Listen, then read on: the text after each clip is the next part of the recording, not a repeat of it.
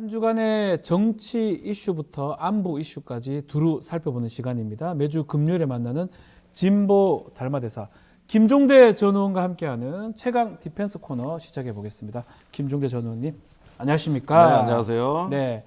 자, 오늘 이 이야기부터 먼저 짚어봐야 될 것 같습니다. 네. 자, 몇 달 동안 특히 총선 국면에 모습을 드러내지 않던 김건희 여사 5개월 만에 활동 재개했습니다. 어제 캄보디아 정상회담 오찬 행사에 모습을 드러내는 건데요. 네. 어떻게 보셨습니까? 어떻게 해석해야 됩니까? 이건 뭐 해석이 필요합니까? 이게? 해석 필요 없습니까? 그저 캄보디아는 이제 집권 첫해 네. 그 윤 대통령 부부의 해외 출장에서 그 저기 심장병 어린이 그 왜 안아주던 네. 그 방문지예요. 그리고 그때 김건희 여사 각별히 공을 들였고 그 이후에 그 저 환자 어린이를 또 국내 초청해가지고 네. 치료받게 해주고. 그렇죠. 캄보디아 관련해서는 그런 또 좀 어떤 그 인연이 있네, 인연이. 가끔은 김건희 여사도 착한 일을 합니다. 아, 가끔은요? 예. 네. 예. 우리가 그거 인색하게 또 부인할 필요는 없는 거예요. 어허. 그런데 이제 그거 본인의 애착이 있었던 거죠. 그래서 또 안 나갈 수도 없었던 것이 네. 이제 거기도 이제 대통령 영부인이 오니까 저번 같이 이렇게 그 비공개 행사로 돌렸다가 또 말이 나오고 그게 궁여지책이다. 궁여지책이다. 궁여지책이다. 그래서 이런 정도로 그냥 처리를 하자. 이 정도지 이게 공식 활동 재개인가? 아, 재개라고 보기는 또 어려워요? 어렵죠. 이게 어쩔 수 없이 나가는 자리하고 네. 공식 활동은 뭔가 기획을 해서 본인이 이제 적극적으로 필요에 의해서 나가는 건데 이거는 그런 행사라기보다는 좀 어쩔 수 없이 궁여지책으로 보인단 말이에요.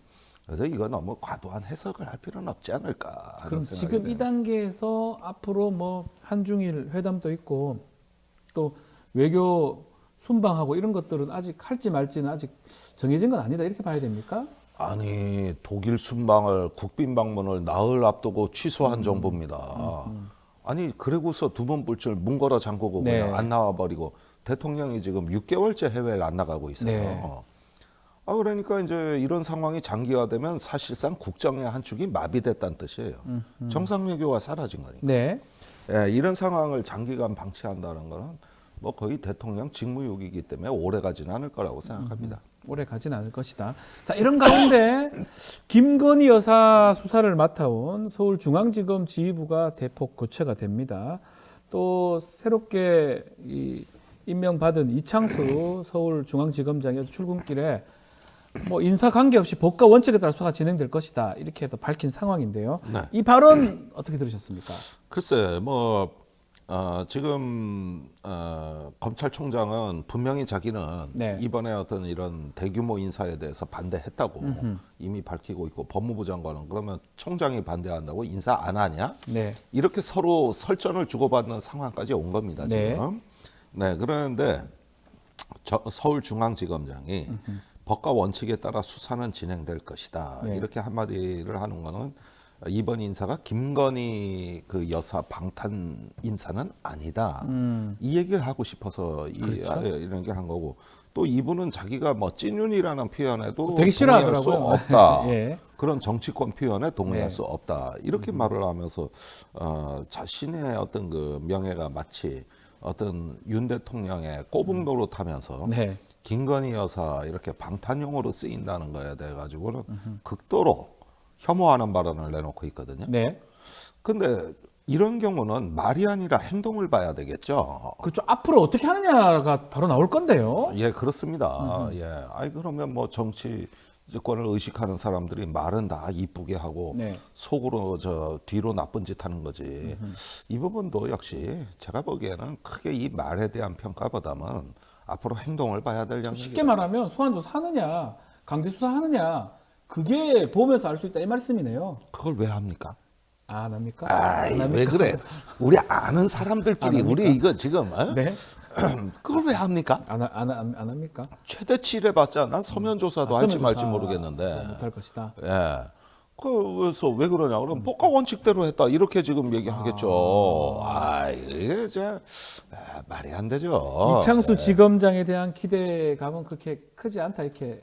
저는 그렇게 봐요. 크지 않다. 예, 이분이 이제 오는 네. 순간 사실상 저는 어쨌든 간에 현직 검찰총장을 식물화하고 그러면서 이제 서서히 정리하는 국면으로 가지 않을까? 네. 예, 그렇게 보인다. 봅니다. 그런 의미의 인사였다라고 짚어주셨는데 네. 또 이분 발언도 한번 짚어봐야 될 것 같습니다. 자기 하나 보호 못하는 사람이 5천만 국민을 어떻게 지킬 수 있느냐? 상남자 이렇게 얘기한 제가 좀 따라하려고 했는데 홍준표 시장 발언입니다. 어떻게 들으셨습니까? 난 이분이 가끔 네. 요즘 뜬금없이 튀어나올 때 너무 재밌어요. 한동훈 위원장 또 저격하고 예. 아주 뭐랄까 정권의 망나니 같은 역할을 하고 계신다고 볼 수 있겠습니다. 그런데 이렇게 자기 여자 하나 보호 못하는 이게 바로 대통령 정서라고 봐요. 네. 최근에 대통령하고 긴밀하게 밥 먹으면서 얘기를 해보셨거든요, 이분이. 그분의 말씀이기 때문에 우리가 주목해서 들어야 되는 것이죠. 그러면은 자기 여자 하나 보호 못한다. 이러니까 그 김건희 여사를 갖다가 보호하는 걸 아주 직설적으로 표현한 건데. 네. 그래서 대통령은 마땅히 그래야 상남자다. 이게 뭐냐면은 과거에 이제 꼰대 위에 상꼰대. 상꼰대가 있습니까? 상꼰대 이제. 옛날에 어떤 뭐랄까 여자들 앞에 의시되기 좋아하고. 네. 그러면서 여자를 지배하려고 하던 권위주의와 최근에 어떤 변형된 돌연변이 꼰대 문화가 결합된 발언이다. 예. 그러면은 저도 집사람이 직장 생활을 합니다만 네. 직장 생활에 있는 거는 우리 부인이 해결해야지. 내가 좀 마음에 안 든다고 우리 배우자 직장에 쳐들어가서 사장 나오라 그래, 과장 나오라. 이게 상남자입니까? 이게 상남자요?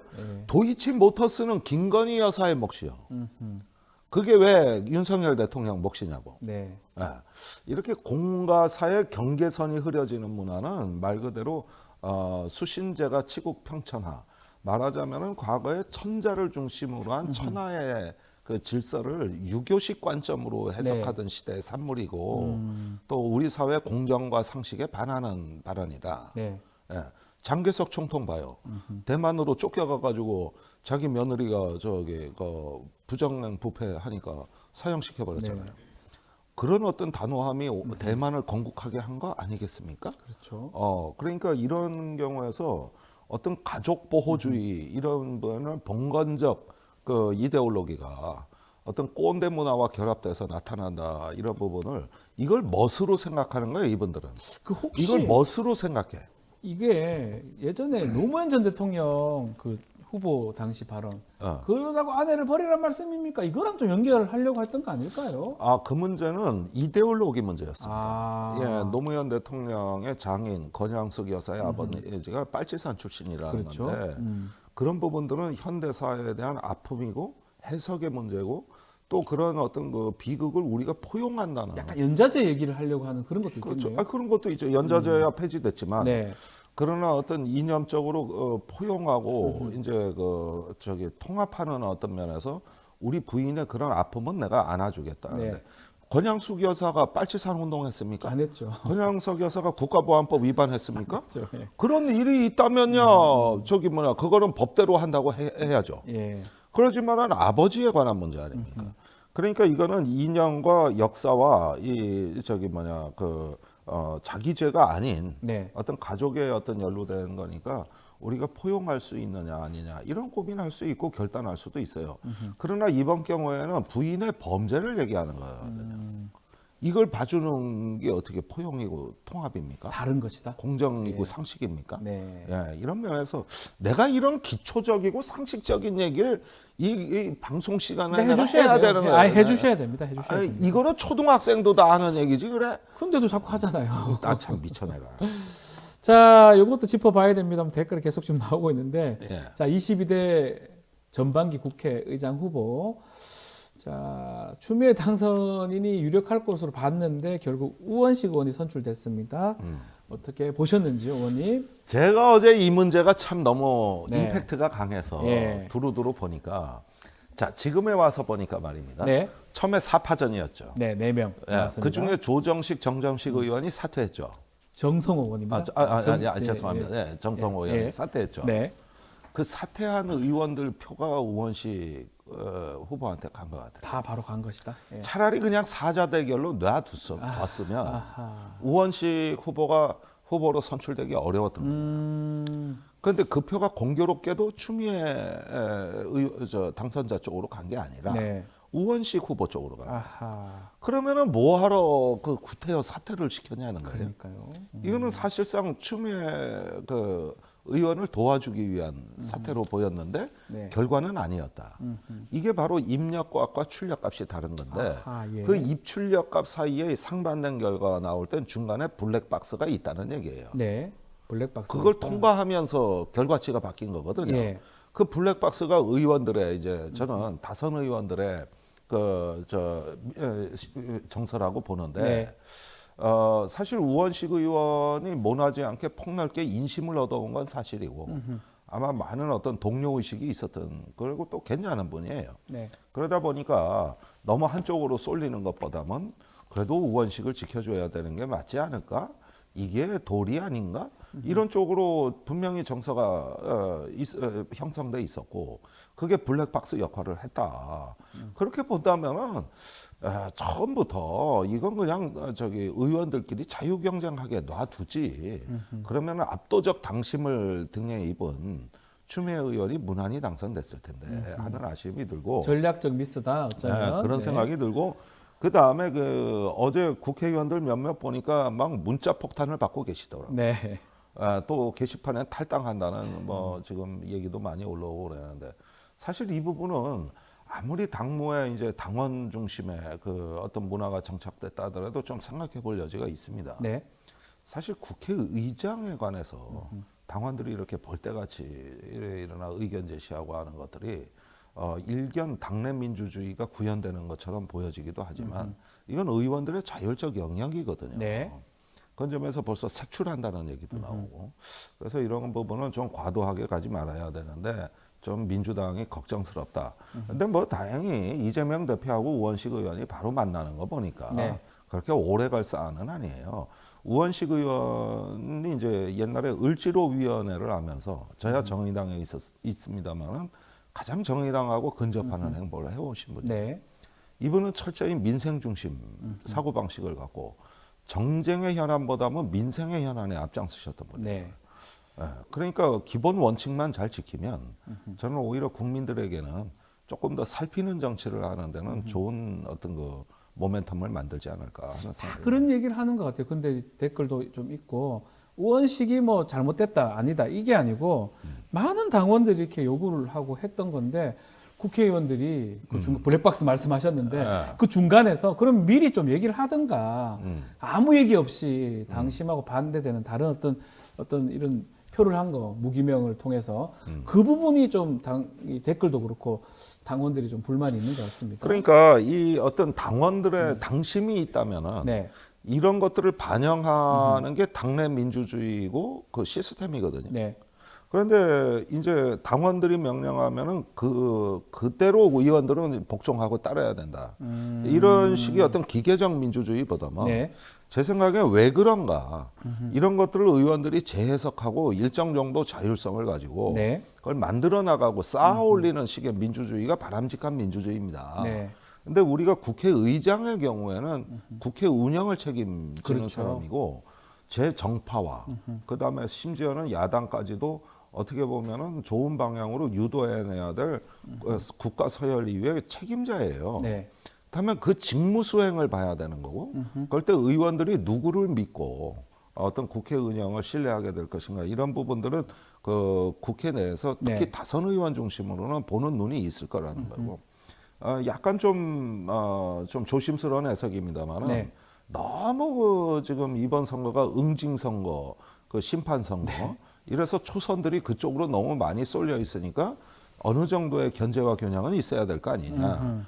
이런 면에서 하나의 완충지대를 만드는 게 당에는 좋은 거다. 이렇게 다선 의원들이 경륜이 있는 사고를 했다. 이렇게 되면 그 역시 존중받아야 되는 거지. 그런 판단의 결과일 것이다. 이걸 갖다가 네. 뭐 막 그렇게 해서 민주주의의 라는 어떤 단순 원리로 이거를 민주주의를 해석하는 건 조금 대의 정치에는 바람직스럽지 않다고 봐요. 알겠습니다. 수락연설에 이런 얘기 합니다. 중립은 몰같이 아니다. 또 협의 중시하겠지만 민심에 어긋나면 또 그런 태보가 생긴다면 국회법에 따라서 처리할 것이다. 자, 어떻게 22대 국회 운영할 것 같습니까? 우원식 이제 국회의장 되면. 아니 그러니까 처음에 잘한다고 하고 또 민주당원이라고 하고 국회의장 돼가지고 또 엉뚱한 짓 삑삑했고 가끔 가다가 조금 약간 4차원적인 네. 어떤 행동을 하는 정치인들을 우리가 많이 봐왔습니다. 네, 사실은. 네. 사실은 그런 목록에는 추미애 당선자도 들어가 있어요. 원래는. 그 우리 개인적 의견. 예, 옛날에 노무현 대통령 탄핵 예전에 그건 뭐 다 기억을 하고 있습니다. 예, 노동법 그 예. 밀실하고 문거를 잠그고 예, 한노위원장 할 이거다. 때. 예. 또는 2016년 탄핵 국면에 박근혜 대통령 네. 만나러 간 거라든가 이런 부분들은 분명히 일반 국민 여론과 동떨어진 어떤 돌출 행동들이었다고 저는 봅니다. 네. 인간은 누구나 실수를 할 수 있어요. 네. 또 어떨 때는 판단 착오도 있을 수가 그렇죠. 있는 겁니다. 다만 그것이 후대에 쌓여 있을 때 나중에 종합적인 평가를 어떻게 받느냐의 문제인 것이지 누구나 실수할 수 있어요. 그러니까 이런 어떤 기계적 중립이 아니다, 뭐다, 뭘 어쩌겠다 하는 부분보다는 제가 보기에는 어쨌든지 간에 국가와 또 우리 어떤 국회의 선진화된 운영, 그 다음에 어떤 그 이번 총선 민의를 잘 받들어서 내가 사심 없이 일을 하겠다. 이러면 되지 뭐가 기계적 중립이고 뭐가 중립이 아닌가. 또 뭐가 민심이냐. 이거는 사실은 정치인들이 답이 없는 문제를 전 얘기한다고 봐요. 예. 그냥 본인의 태도와 자세의 문제인 것이다. 그리고 중립이라는 말이요. 네. 우리 정치에서 더 이상 통합니까? 뭐 없죠. 중립이 있습니다. 저는 진영 내에서는 통한다고 봅니다. 예, 맞습니다. 진영 내에서 보수와 진보 진영 내에서 중립은 통한다고 네. 되는데 보수와 진보 간의 그 중립지대는 중간에는 없는 것 같아요. 제가 알기로는 존재하지 않고 네. 우리 사회 가장 큰 환상이 중도층이라는 환상이에요. 네. 제3지대라는 환상이에요. 그건 존재하지 않는 거를 자꾸 이야기들 하시고 계시다. 네. 알겠습니다. 이재명 대표도 뭐 좀 사실 제 느낌에 좀 놀랐던 것 같기도 하고 아마 네. 생각을 못했던 것 같기도 한데 뭐 이재명 대표는 그 만나서 잘해줄 것이다 이렇게 얘기를 한 걸 봤을 때는 뭐 큰 문제는 없을까요? 예, 저는 당장은 네. 별다른 문제가 없고 오히려 이재명 대표가 사실 여러 후보를 말로는 다 지원한 거예요. 네. 추미애, 우원식 다 지원한 거기 때문에 오히려 이재명 대표는 선택지가 많았고 또 그것이 본인의 위신을 세우는 데는 좋았다.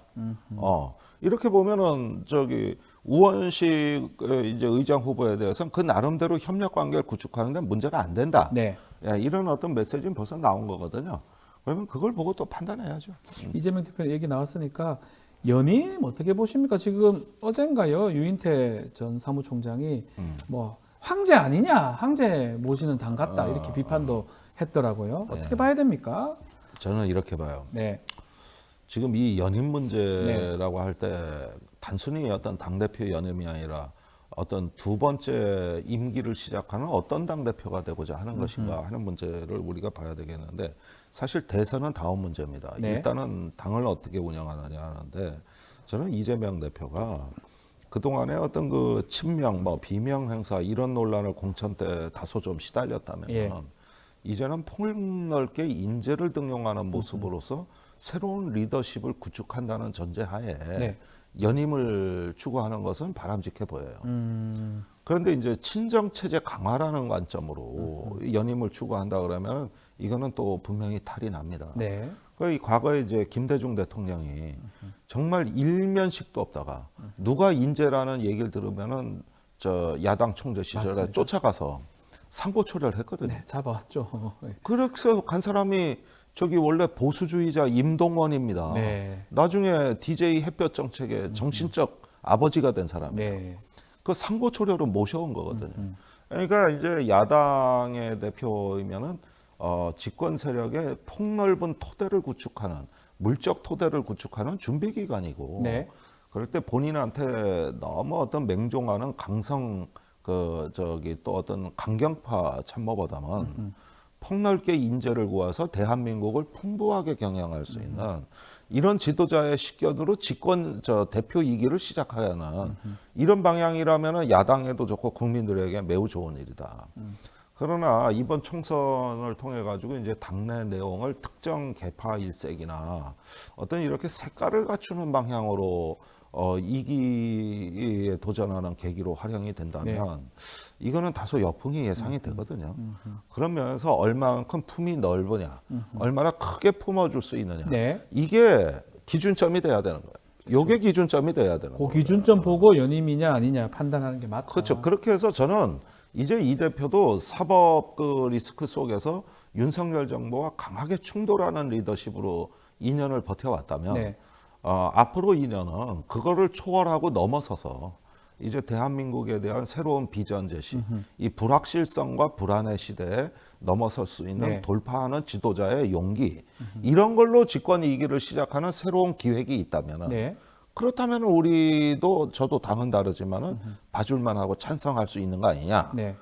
그러나 지금 하던 대로 결국 앞으로 2년, 3년도 뭐 결국은 뭐 윤석열 정부하고 사법 투쟁이라는 그 작은 가두리 양식장 안에서의 생존만을 목적으로 하는 대표에게는 이미 시간이 많이 흘렀다. 네. 그 정도 경륜은 이미 쌓으셨다. 전 그런 점에서 기대 반 우려 반이 있다고 말씀드려요. 크게 좀 보고 해야 된다 이렇게 네. 짚어주셨습니다. 자, 우원식 의원이 해병대원 특검법 이게 난제라고 얘기를 하면서 만약에 거부권 행사할 거를 대비해서 이걸 제한하는 거부권 행사를 제한하는 원포인트 개헌 얘기도 했거든요. 네. 또 국민의힘에서는 무슨 소리 하느냐 헌법을 부정하는 발상이다라고 비판했는데 뭐 원포인트 개헌 포함해서 어떻게 보십니까? 원포인트 개헌 따지기에 앞서서 정당성을 제대로 확립해가지고 국민의힘을 균열시켜서 네. 거기에서 생각 있는 의원들이 소신 투표를 하도록 만드는 정치 환경 조성이 우선이고 오히려 이거는 우리가 성공했던 경험이 있던 거 아닙니까? 근데 개헌이라고 할 때는 이런 식의 개헌이 아니라 대한민국의 규칙을 새로 만드는 차원에서 접근해야지 개헌 문제를 이렇게 값싸게 활용할 수는 없다. 이거는 192석의 야권이면 네. 얼마든지 정치를 통해 가지고 해결할 수 있는 문제입니다. 그리고 제가 알기로는 실제 국민의힘이 흔들리고 있어요. 저 상당수의 그 수도권 의원들 중심으로 해가지고 흔들리고 있고 감정이 동요하고 있고 무엇보다도 정부 내에서조차 윤 대통령에 대한 방탄 전선이 무너지고 있습니다. 아하. 그게 검찰에서 일부 나타났고 공수처에서 나타났고 군과 해병대에서 네. 이제 더 이상 윤 대통령을 온몸으로 방어할 공직자는 존재하지 않습니다. 김계환 사령관도 무너졌습니다. 네. 공수처 와서 진술 못했어요. 묵비권 행사했거든요. 그렇죠. 예. 유재은 법무관리관이 이시원하고 26번 통화하고 다 통제당했다는 거 공수처에서 다 불었습니다. 진술 다 해버렸어요. 다 버렸어요. 예, 예. 지금 무너지고 있어요. 우리가 그걸 알아야 돼요.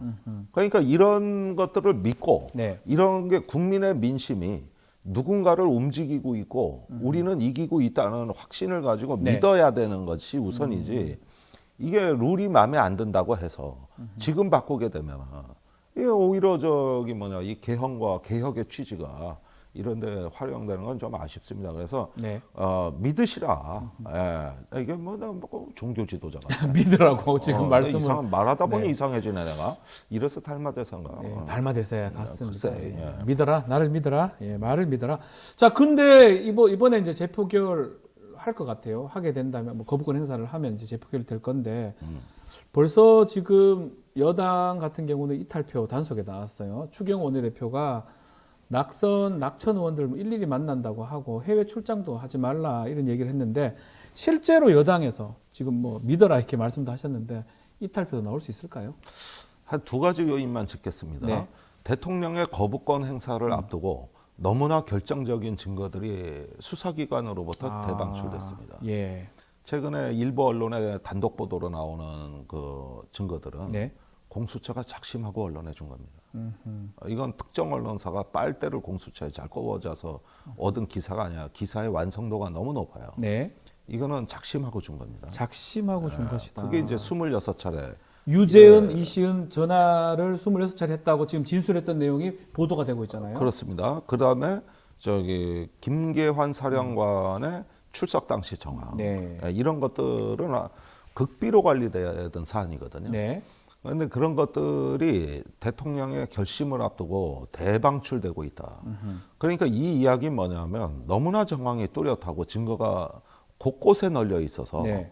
이제는 대통령실을 압수수색하거나 자료 요구를 할 수밖에 없는 상황에 임박해서 이젠 진실의 문턱을 넘느냐 마느냐는 순간까지 왔어요. 네. 여기서 거부권 행사의 비용이 급격히 증가한 거예요. 만약에 여기서 거부권 행사를 하게 되면은 이제 시민사회 일각에서 국민 불복종을 선포하고 항쟁의 시간으로 갈 가능성이 대단히 높습니다. 네네네. 여기에 국민의힘이 불을 지르느냐 마느냐, 우리가 그럼 파국으로 가느냐 마느냐를 고민하는 의원 숫자가 늘어나고 있다. 네. 이게 첫 번째예요. 아하. 그리고 두 번째가 아까 방탄전선이 무너지고 있다는 거예요. 자, 이런 사태가 되다 보니 우리가 이게 정권 파국이라는 그런 것들을 앞당기는데 협력할 필요가 있느냐, 이런 어떤 자성론, 회의론이 이제 나올 때가 됐고, 다만. 국민의힘에 예. 소위 말하는 좀 수도권의 다선 의원 중에 좀 제대로 배알 있게 뒷심 있게 이런 얘기를 하는 사람이 없다는 게 문제야. 안철수 의원 그분은 결정적인 순간에 철수해. 철수하시는. 네, 그래가지고 골문안까지 잘 몰고 가는데 꼭 슛을 할 때 보면 이상해. 이 부분이. 예. 그리고 천목회라고 네. 20, 30대, 40대. 30, 40대 모였는데 말 잘했어요. 불통 정치, 불신 정치 말 잘했는데 회피 정치. 요게 김건희 여사 앞에만 가면 멈춘단 말이에요. 아, 그러네요. 최상병 특검 앞에만 앞에서는 가면 멈춘다 멈추고. 이거. 잘 가다가. 그러니까 이 정당은 네. 골문안까지 드리블은 한다니까. 근데 골을 못 넣어. 골을 못 넣어. 그래서 이게 좀 아쉽긴 한데 이럴 네. 때는 여당에 대해서 강한 충격이 필요하죠. 네. 자, 그렇다면 수사의 본질적인 거 두 가지 더 짚어주셨지만 오늘 지금 경북 경찰청 조사 보니까 지금 임성근 사단장 조사를 받았고요. 밑에 여단장, 대대장들도 대질 조사한다고 하거든요. 이런 조사도 좀 중요한 조사라고 봐야 되지 않습니까? 어쩐 일인지 경북경찰청이 네. 갑자기 속도를 내고 있어요. 네. 아니 최상병이 사망한 지 10달째입니다. 그때 그동안에 안 하다가. 놔뒀다가 저기 이제 임성근 사단장 네. 소환했어요. 예. 야, 이거 뭐 하는 짓입니까 진짜. 점점 더 화가 나는데 네. 이런 식의 수사면은 제가 보기에는 혹시라도 네. 여기서 임성근 사단장한테 유리한 어떤 수사 결과를 내면 박정원 대령 재판이나 공수처 수사에 대비할 수 있는 대통령의 카드가 하나 생기는 거거든요. 그 공수처가 힘을 내니까 갑자기 경북경찰청이 힘을 내고 있다. 이게 같은 흐름이냐 다른 흐름이냐? 어떻게 같은 흐름으로 보십니까? 달리 보십니까? 저는 예. 경찰은 아직까지 네. 검찰과 달리 정권에 의한 어떤 영향력의 범위 안에 더 강하게 포섭돼 있다고 보기 때문에 믿을 수가 없어요. 오히려 믿을 수가 없는데 그런데 경찰 일각이 다 그런가 하는데 우리가 모르는 블랙박스는 있을 수 있으니 여기서 연대장, 대대장, 여단장, 사단장 이랬는데 임성근 사단장의 태도가 네. 경찰에 불려 나올 때 너무 당당하더라는 거야. 저도 그렇게 어떻게 봤습니다. 저렇게 뻔뻔하지? 예. 뭘 믿고 저러지? 거기다 변호인 없이 갔어요. 그것도 놀랐습니다. 예. 이게 뭘까 하는 부분에 의해서 제가 조금 의아함을 갖는데 네. 이 김계환 사령관은 군 검찰 조사에서는 그렇게 당당하다가 공수처 가서 사실은 반은 무너졌거든요. 네. 사실은 완전히 무너진 거예요. 전 그걸 확실해요. 김계한 해병사령관은 근데 임성근은 그런데 아니더라는 거야. 임성근 사단장은 아니다. 예. 아니더라는 거예요. 이게. 이렇게 봤을 때 저 경북경찰청이 평소에 잘하던 수사기관이면 내가 오히려 반가워하겠는데 네. 안 한다고 뻗탱기던 얼빠진 수사기관이 왜 네. 갑자기 철든 척을 하냐 이거요. 이게 불안하다. 이게. 불안하다. 그래서 공수처 수사는 좀 많이 나가고 있는데 반대의 결과를 가지고 올 수도 있다. 이렇게 그렇게 되면 이 짚어주시네요. 판을 흔들 수 있는 아하. 어쩌면은 용산에서는 이게 신의 한 수라고도 볼 수 있다는 거예요. 그럼 내 말을 듣는 일선의 경찰관들은 수사관들은 기분 나쁠 수도 있어요. 네. 아, 우리 뭘로 잘하고 보고, 있는데. 우리 뭘로. 예. 근데 저는 자꾸 이렇게 약을 올려야 돼. 그래야 내 제대로 할 입장에서는. 것이다. 예. 알겠습니다. 이 경찰청의 경북경찰청의 수사 결과도 매우 중요할 것 같습니다. 그래서 이게 중요해진 것 같아요. 네. 아무도 주목하지 않던 수사예요. 아니 그리고 무슨 얼빠진 수사기관이 국민의힘이 의문의 죽음을 당한 사건에서 네. 어떻게 10달 동안 그래 아무것도 손을 안 하다가. 놓고 수사 발표를 안 하는 이런 어떤 수사기관이 민주국가에서 가능한 겁니까 이게? 그러니까요. 그러니까 지금까지 권력 눈치만 봤다는 얘기예요. 눈치 보다가 이제서야 이제 하는 건데. 그러니까 그렇기 때문에 의도가 이상해 보이는 거야. 의심한다. 이게. 우리 달바 의도가. 대사님은 그래서 의심한다. 의심만 받으려면 제대로 된 수사를 하면 되지 않을까 또 생각도 듭니다. 그렇습니다. 자, 마지막으로 국민의힘 상황도 조금 짚어봐야 될 것 같습니다. 한동훈 전 비대위원장 등판하냐 전대에 지금 계속 얘기가 나오고 있는데 어떻게 보고 계십니까? 우리 예측 좀 해주십시오. 예, 이 부분이 바로 정권이 분열, 권력의 분열, 핵분열의 시작이다. 사실은 용산에서는 극구 못마땅해하는 그렇죠. 한동훈을 이제 전대 등판시킨다 이럴 때는 이거는 윤 대통령의 지도력의 공백을 우리는 한동훈으로 메우겠다는 선언이 되는 거고 네. 윤 대통령하고 사실상 결별 선언이 되기 때문에 이건 국민의힘 분열의 수순으로 가는 거라고 보여집니다. 네. 사실은 문제는 한동훈 본인이에요. 아직까지 윤석열 아바타인지 네. 아니면은 독립적으로 자율적인 존재로 거듭났는지 알 수가 없어요. 아하. 그러는데 이런 애매모호한 상태에서 등판한다 그러면은 새로운 정치를 하기보다는 감정 싸움이 이어질 가능성이 높아요. 네.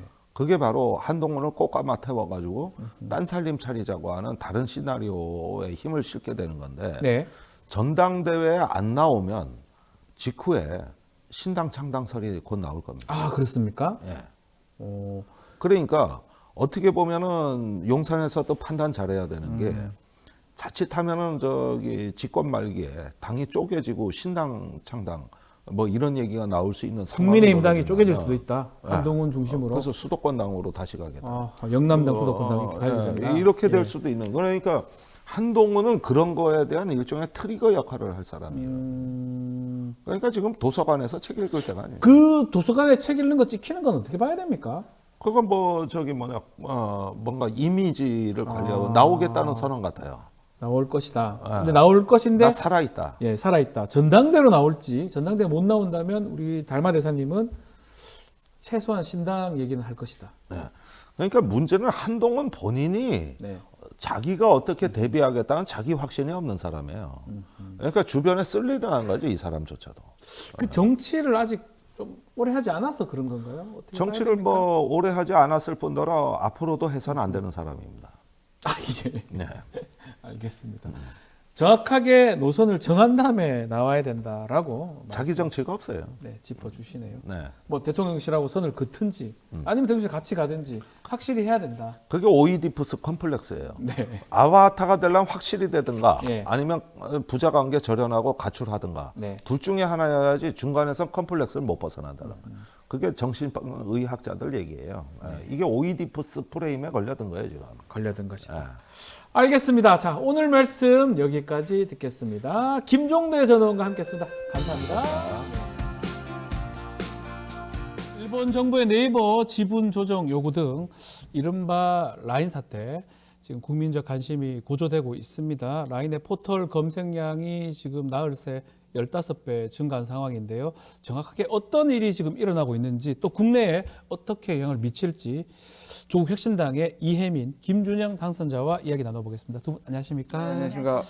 자, 먼저 좀 됐지만 당선 축하드립니다. 네, 감사합니다. 감사합니다. 네.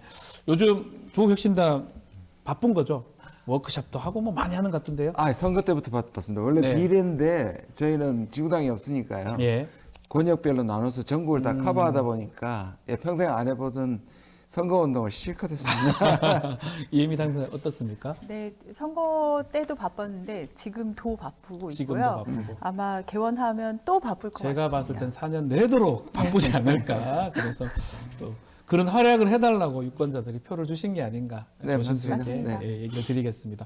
자, 먼저 지금 계속 화제가 되고 있는 라인 사태 이혜민 당선자께서 설명을 좀 해주시면 좋을 것 같습니다. 네, 라인은 우리나라에서 네. 카카오톡 같은 그런 위치를 일본에서 차지를 하고 있는데요. 사실 라인이 처음에 만들어졌을 때 네. 네이버는 한국에서 그 위치를 차지해 보려고 굉장히 노력을 했어요. 예.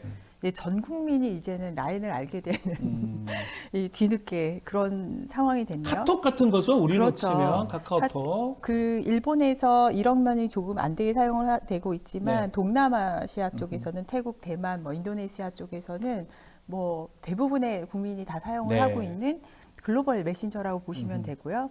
이 라인 사태는 초기에는 네이버에서 이걸 만들었지만 아무래도 네이버가 라인이라는 서비스를 일본에서 운영을 하기 위해서 수많은 과정을 거쳐서 네.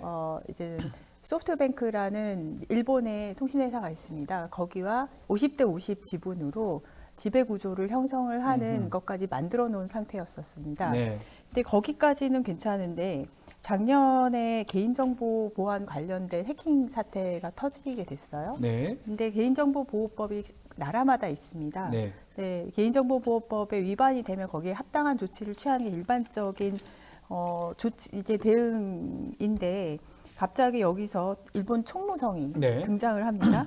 그래서 일본 총무성이 라인, 야후 자본관계 재검토 행정지도를 내리면서부터 이제 민간 기업의 영역에 이제 정부가 개입을 한 꼴이 됐었고 그 현재 상태는 아마 한국 정부는 뒤로 물러나 있었던 상황이기 때문에 네이버 입장에서는 이제 그 행정 조치에 따라서 소프트뱅크랑 현재 어떤 식으로 지분 매각을 진행을 할지 진행 중인 그런 상황입니다. 지분이 50대 50이었어요. 우리가. 네. 그런데 지분을 좀 바꿔라라고 일본 정부에서 행정 지도를 지금 내린 상황인데 지난 26일 두 분이 네. 국회 소통관에서 기자회견 하셨잖아요. 공동 기자회견 열게 된 배경도 좀 설명해 주십시오. 우리 전문가 누구보다 네. 전문가이시죠. 두 분 다 전문가시죠. 외교 예. 전문가시고 네. 구글도 전문가시고. 그러니까 네. 지금 이 문제가 우리 기업에 대한 네. 중요한 문제임에 동시에 제가 본 거는 이게 외교 문제하고도 연결돼 외교적 네. 함의가 있다 이렇게 됐기 때문에 이거는 우리 기업 문제와 그다음에 국가대 지금 말하고 있는 한일 관계 문제 두 가지 차원이 있었기 때문에 공동 기자회견을 하게 됐습니다. 예. 자, 외교적인 부분도 있다. 단순한 기업의 지배 구제 얘기보다는 국가 간의 문제가 있기 때문에 우리 김준영 당선자도 같이 이제 공동으로 기자회견을 했다고 하는 건데 좀 더 구체적으로 라인 사태 좀 살펴보면요. 일단은 이 발단이 개인정보 유출 때문에 된 것이다. 근데 6개월 전에 있었던 일인데 우리 정부가 왜 어떤 대응을 했는지도 궁금하고 행정지도가 어떤 건지 이런 일로 행정지도를 하는 게 맞는지 어떻게 봐야 됩니까? 6개월 전에 일어났었던 일에 대해서는 사실은 네이버가 네. 혹은 라인을 서비스를 하고 있는 회사인 라인 야후가 네. 거기 합당한 이 대응 조치를 하는 게 맞습니다. 죄송합니다. 미흡한 대응 조치를 했다. 그렇죠. 예. 기술적인 대응 조치죠. 예를 들면은 2단계 네. 인증이랄지 아니면은 데이터를 이제는 구분해서 저장을 네. 해라 하는 것이랄지 이런 종류의 기술적인 조치를 하면 됩니다. 그 기술적인 조치를 이행을 하지 않을 경우에는 벌금형 보통 이런 식으로 단계가 가는데 네. 그 사이에서 우리 정부가 굳이 끼어들 필요는 없죠. 그렇다면 그때는 끼어들 그렇죠. 필요가 없죠. 그런데 이거는 네이버라는 혹은 라인 야후라는 어떤 민간 기업이 지켜야 될 것을 지켜가는 과정이기 때문에 전혀 이유가 없는데 두 번째 행정 조치에서 명확하게 자본관계 재검토라는 부분이 등장을 하게 됩니다. 네. 자본관계 재검토. 재검토. 예. 그렇게 되면은 라인 야후라는 회사의 지분의 대다수를 차지를 하고 있는 A홀딩스. 네. A홀딩스는 아까 말씀하셨듯이 네이버와 소프트뱅크가 50대 50 지금 딱 반으로 이제 네. 지분 구조가 되어 있었고 경영 관련돼서는 지금까지도 소프트뱅크가 어느 정도 담당을 하고 기술 관련해서는 네이버가 담당을 하고 있었습니다. 아하, 예. 그런데 이게 왜 이례적이냐면은 고러한 상황에서 총무성에서 네. 일본 총무성에서 지분관계 재검토해라. 그럼 어떻게 인식이 되겠습니까? 라인 네.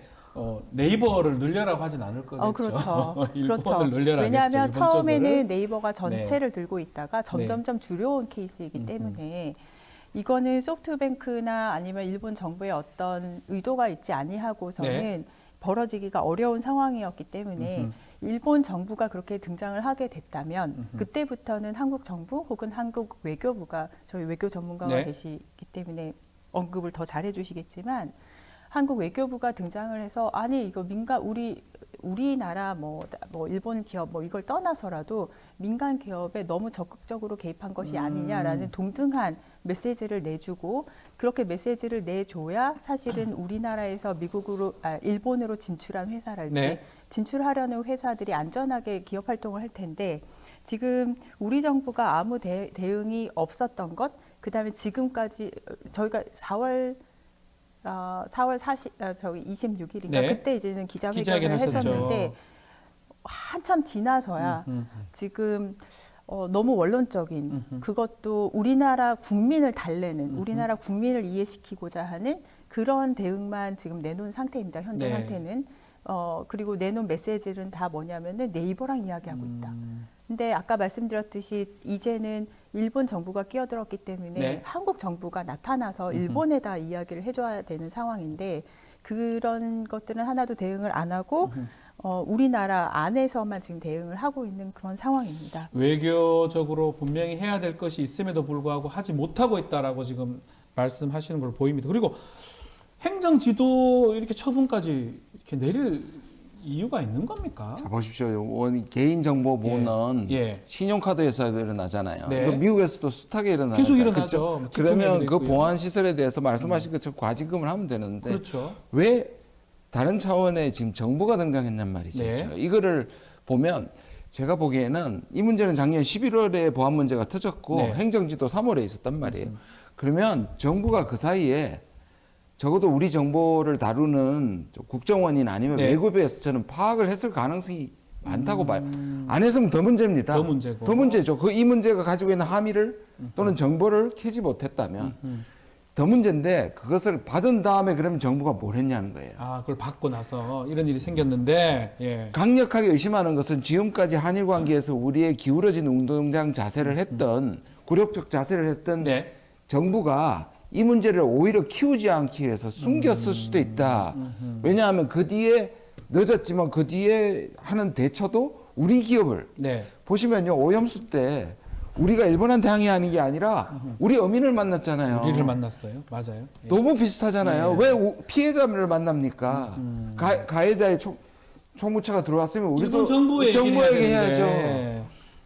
너무 이상하죠 이게. 일단은 이 페이스북 이때도 문제가 됐던 것 같은데 당시 메타죠 모회사가 그렇죠, 메타죠. 42만 건 정보가 유출됐었는데 그때 이렇게 행정지도 떨어졌나요? 이런 아니요. 처분 없었던 걸로 제가 알고 없었습니다. 있거든요. 없었습니다. 왜 우리한테만 이러는 겁니까? 통상적인 조치만 있었고요. 예.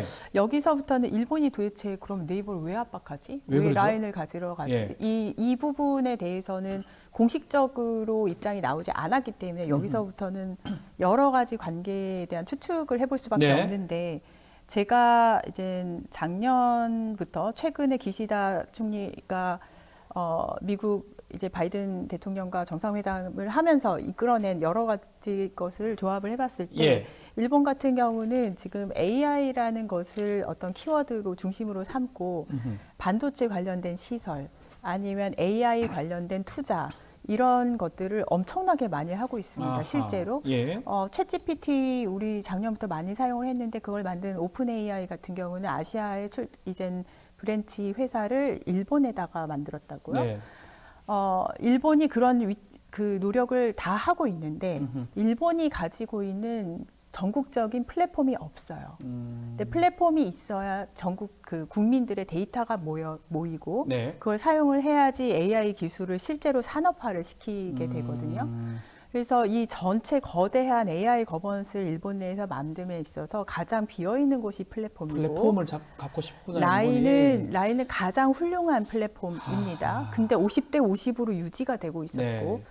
한국은 무슨 말을 해도 지금까지 잘 들어주고 예. 있죠. 현 정부가 말을 잘 들어주고 있었기 때문에 꽤 용감하게 선을 넘지 않았나라는 생각을 해봅니다. 어차피 한국 정부에서 반발하거나 하지 않을 거니까 이참에 우리 플랫폼 하나 가져보자. 일본이 그런 의도로 그런 목적으로 했을 것이다. 라는 거네요. 추측이죠. 이건 뭐 이건 추측이죠. 추측입니다. 사실은. 이걸 보면 일본은 다 계획이 있는 거예요. 일본은 다 계획이 있었다. 왜냐하면 일본이 제일 많이 쓰는 말이고 한미일이 합쳐졌을 때 안보 협력 쪽에 나오는 게 경제 안보화예요. 네. 이 말은 듣기에는 뭔가 중국 이걸 디커플링하는 문제도 있지만 이 말은 경제에 국가가 개입한다는 의미입니다. 네. 그렇잖아요. 경제를 안보화시키는 거잖아요. 시장에 맡기지 않는다는 거잖아요. 그걸 어떻게 이용하느냐 하면 일본이 과거에 반도체나 이런 경쟁에서 뒤처졌단 말이에요. 네. 그거를 이 안보협력이라는 미명하에서 그것을 부활시키려고 했고 그중에 타켓이 됐고 우리는 전체에서 마치 안보협력에 끌려 들어가는 것처럼 보이면서도 실제로는 손해보는 거죠. 손해를 보고 이게 있네요. 미국한테는 우리 IRA에 가가지고 우리가 미국한테 투자하게 만들었고 네. 일본한테는 지금처럼 이걸 뺏기게 되는 예. 이 사태까지 가게 되는 게 일본은 전체 계획을 가졌다고 보이는 거죠. 일단 이게 지분 매각 강요한 적 없다. 일본 총무성 이게 지금 공교롭은지는 몰라도 이토 히로부미 후손이더라고요. 이 총무상 발표는 어떻게 봐야 됩니까? 김재현 장관님. 이거는 뭐라 그럴까요? 우리가 지금 보여주는 일단 상징적이죠. 여기 네. 뒤에 업무 이런에 들어가서 처음부터 이토 히로부미의 손자를 불러와서 이토 한다고 볼 수는 히로부미가 없는데 그건 아니겠지만 아니죠. 네. 우리가 그 현상을 볼 때는 우리의 지금 아픈 현실, 과거의 현실이 겹쳐 보일 수밖에 없죠. 네. 업무 이론보다는 이게 우리가 얼마나 지금 우리 이쪽에 웨이크업 콜이라고 그러죠. 우리 좀 네. 이렇게 확실히 중요하게 바라는 일종의 경고창처럼 들립니다. 조심해야 된다 이 말이네요. 그래서 뭐 이재명 대표가 SNS에 이토 히로부미 후손이다 이렇게 얘기도 하기도 했는데 왜요? 왜 고개를 절레 왜 흔드십니까? 고개를 절레절레 하냐면은 예. 이게 오죽하면 이런 이야기까지 나왔을까. 최근에 이 일이 터지고 나서 우리 외교부가 네. 일본 총무성의 언론 플레이를 도왔다라는 네. 말까지 나오니까 이런 것들이 계속 비춰지니까 국민들이 이런 어떤 루머 아니면은 뭐 이또 히로부미까지 다 찾아서 내는 거 아닙니까? 아하, 그런 그래서 생각이 든다. 네, 예. 외교부가 좀 명확하게 입장 표명을 하는 것이 필요한 시점이 아닌가 싶습니다. 그러니까 시작 자체는 기업 간의 문제가 됐지만 외교 문제로 좀 커진 상황으로 봐야 될 것 같고요. 특히나 이번 정부의 가장 큰 업적 중에 하나가 한일 관계 정상화 아니겠습니까? 어떻게 봐야 됩니까? 한일 관계 정상화를 누가 반대하겠습니까? 근데 예. 어떤 정상화가 외교 관계에 중요하잖아요. 네. 한번 기울어진 운동장이 되면 네. 우리 정부가 처음 얘기했듯이 빈잔을 상대방이 채워서 이게 균형을 맞춘다는 게 얼마나 외교적으로 나이브한 얘기입니까? 네. 오히려 일본은 지금까지 보시면 한번 기울어진 운동장을 이용해서 계속 우리한테 공세를 한단 말이에요. 신사 복무를 바치는 거나 네. 교과서 문제나 독도 문제도 끊임없이 제기하잖아요. 이것도 그 일환인데 네. 한국은 어느새 국민들이 반대하는 강제동원을 강제로 밀어붙였기 때문에 그 다음부터는 일본의 행동에 대해서 자기 행동을 그러니까 우리 정부의 행동을 정당화하기 위해서 계속 일본의 변호사 역할을 하는 거예요. 일본 변호사 역할 지금도 한다. 똑같잖아요. 네. 아까 말씀하신 중요한 부분인데 우리 특파원들 일본 주일 특파원들을 모아놓고 그거를 일본 총무처에서 네. 그 사람들에게 설명을 하라는 걸 우리가 누구한테 부탁을 했냐 하면 일본에 부탁을 한 거예요. 네. 근데 일본은 하기 싫은 거죠. 그래서 하기 싫어가지고 그럼 전화로 인터뷰하겠다 네. 하니까 우리 특파원들이 이거는 모욕적이라고 거절했던 사건이 그것도 조선일보 기자가 폭로를 했어요. 지금 누구의 정보입니까? 네, 알겠습니다. 자, 뭐 지난달 30일 그 민주당의 시의원이죠. 독도를 방문하니까 일본 외무상이 주권 침해 말까지 나왔습니다. 조국 대표 지금 독도 갔습니까? 언제가? 오늘 가는 겁니까? 이 독도 1박 하고 지금 울릉도로 떠난 걸로 알고 있습니다. 네. 울릉도 해서 이제 기상을 보고 독도에 들어가겠죠. 따라서 네. 독도로 갈지 말지 막 계속 갈수 있는 것이 아니니까. 네, 오늘하고 내일 계속 그 주권 침해라고 말한 것도 이 조국 대표 가게 되면 또 뭔가 나올 수도 있을 것 같은데 어떻게 보십니까? 우선 그 조국 대표님의 독도 방문은 이 라인 사태가 일어나기 전에 계획이 계획된 됐었던 거고, 거고요. 오늘 저희 이제 김준현 당선자님하고 저하고 이제 판교에 가서 기자회견을 할 건데 거기에서의 요거 마치고 갑니까? 네, 거기에서의 내용은 매국 정권을 규탄하는 기자회견을 합니다. 네. 공교롭게 대표님의 독도 방문과 이제 연결이 되게 됐는데 독도 말씀을 하셨으니까 독도라는 어떤 지역을 우리는 우리나라의 고유 영토라고 생각을 네. 하고 있지 않습니까? 그거를 일본에서는 계속해서 국제적인 영토 분쟁 지역으로 끌어가고 있습니다. 네. 이게 일본 입장에서는 그렇게 만들어 놔야지 나중에 어떤 더 그들의 이득을 위해서 가져가기 좋은 상태로 만들어 놓는 건데 네. 그렇기 때문에 이제 이제는 민주당의 국회의원이 방문을 한다거나 아니면은 우리 주욱 대표님처럼 이렇게 방문을 정치권이 하게 됐을 때 일본에서는 끊임없이 주권 침해라는 말을 하는 거죠. 그 배후에는 독도는 분쟁 지역이야. 분쟁 지역이기 때문에 우리가 일본도 주권 침해라는 것을 주장할 수 있어. 이런 네. 시각을 가지고서 말을 하는 것이기 때문에 이걸 저는 어떻게 평가를 하냐면은 일본이 독도에 대해서 어떻게 이 문제를 국제적으로 끌고 가고 싶은지 그 발판이 아닌가 그렇게 생각합니다. 이게 네. 말씀하신 거 대표 이 계획은 한 제가 알기로는 2, 3주 전에 이미 있었던 거고요. 요 이 문제가 되기 사건 되기 있었던 예. 거고요. 그러나 이게 반일의 눈으로 보이지 않기 위해서 네. 저희들은 다 같이 안 갔습니다. 네. 오히려 대표께서 그동안에 가지고 있는 일종의 결의에 개인 좀 로키로 한 거고요. 이게 반일로 비춰지는 걸 원하지 않는데 문제는 이게 딱 겹치면서 네. 지금 제가 아까 말씀드린 거 다시 한번 강조하고 싶은데요. 정부가 이 외교 방향을 전환하지 않으면 강제구 동원 이후에 계속 끌려가는 것들을 이제 영토까지 우리가 네. 지금 라인은 실질적으로 사이버 영토라고 할 수 있잖아요. 네. 계속 밀리게 될 겁니다. 이 전환이 시급한 시점입니다. 자, 지금 말씀하셨지만 뭐 그냥 정부는 지난 10일 공식 입장 첫 번째로 나왔는데 불합리한 처분 받지 않겠다 이 정도만 얘기를 했습니다. 우리가 가만 떠올려 보면 2019년도 일본이 우리 한국의 파이트 리스트 배제한 거 이때 우리가 대응하고 기억이 날 건데 그 당시에 어디가 더 타격을 받았습니까? 결론적으로.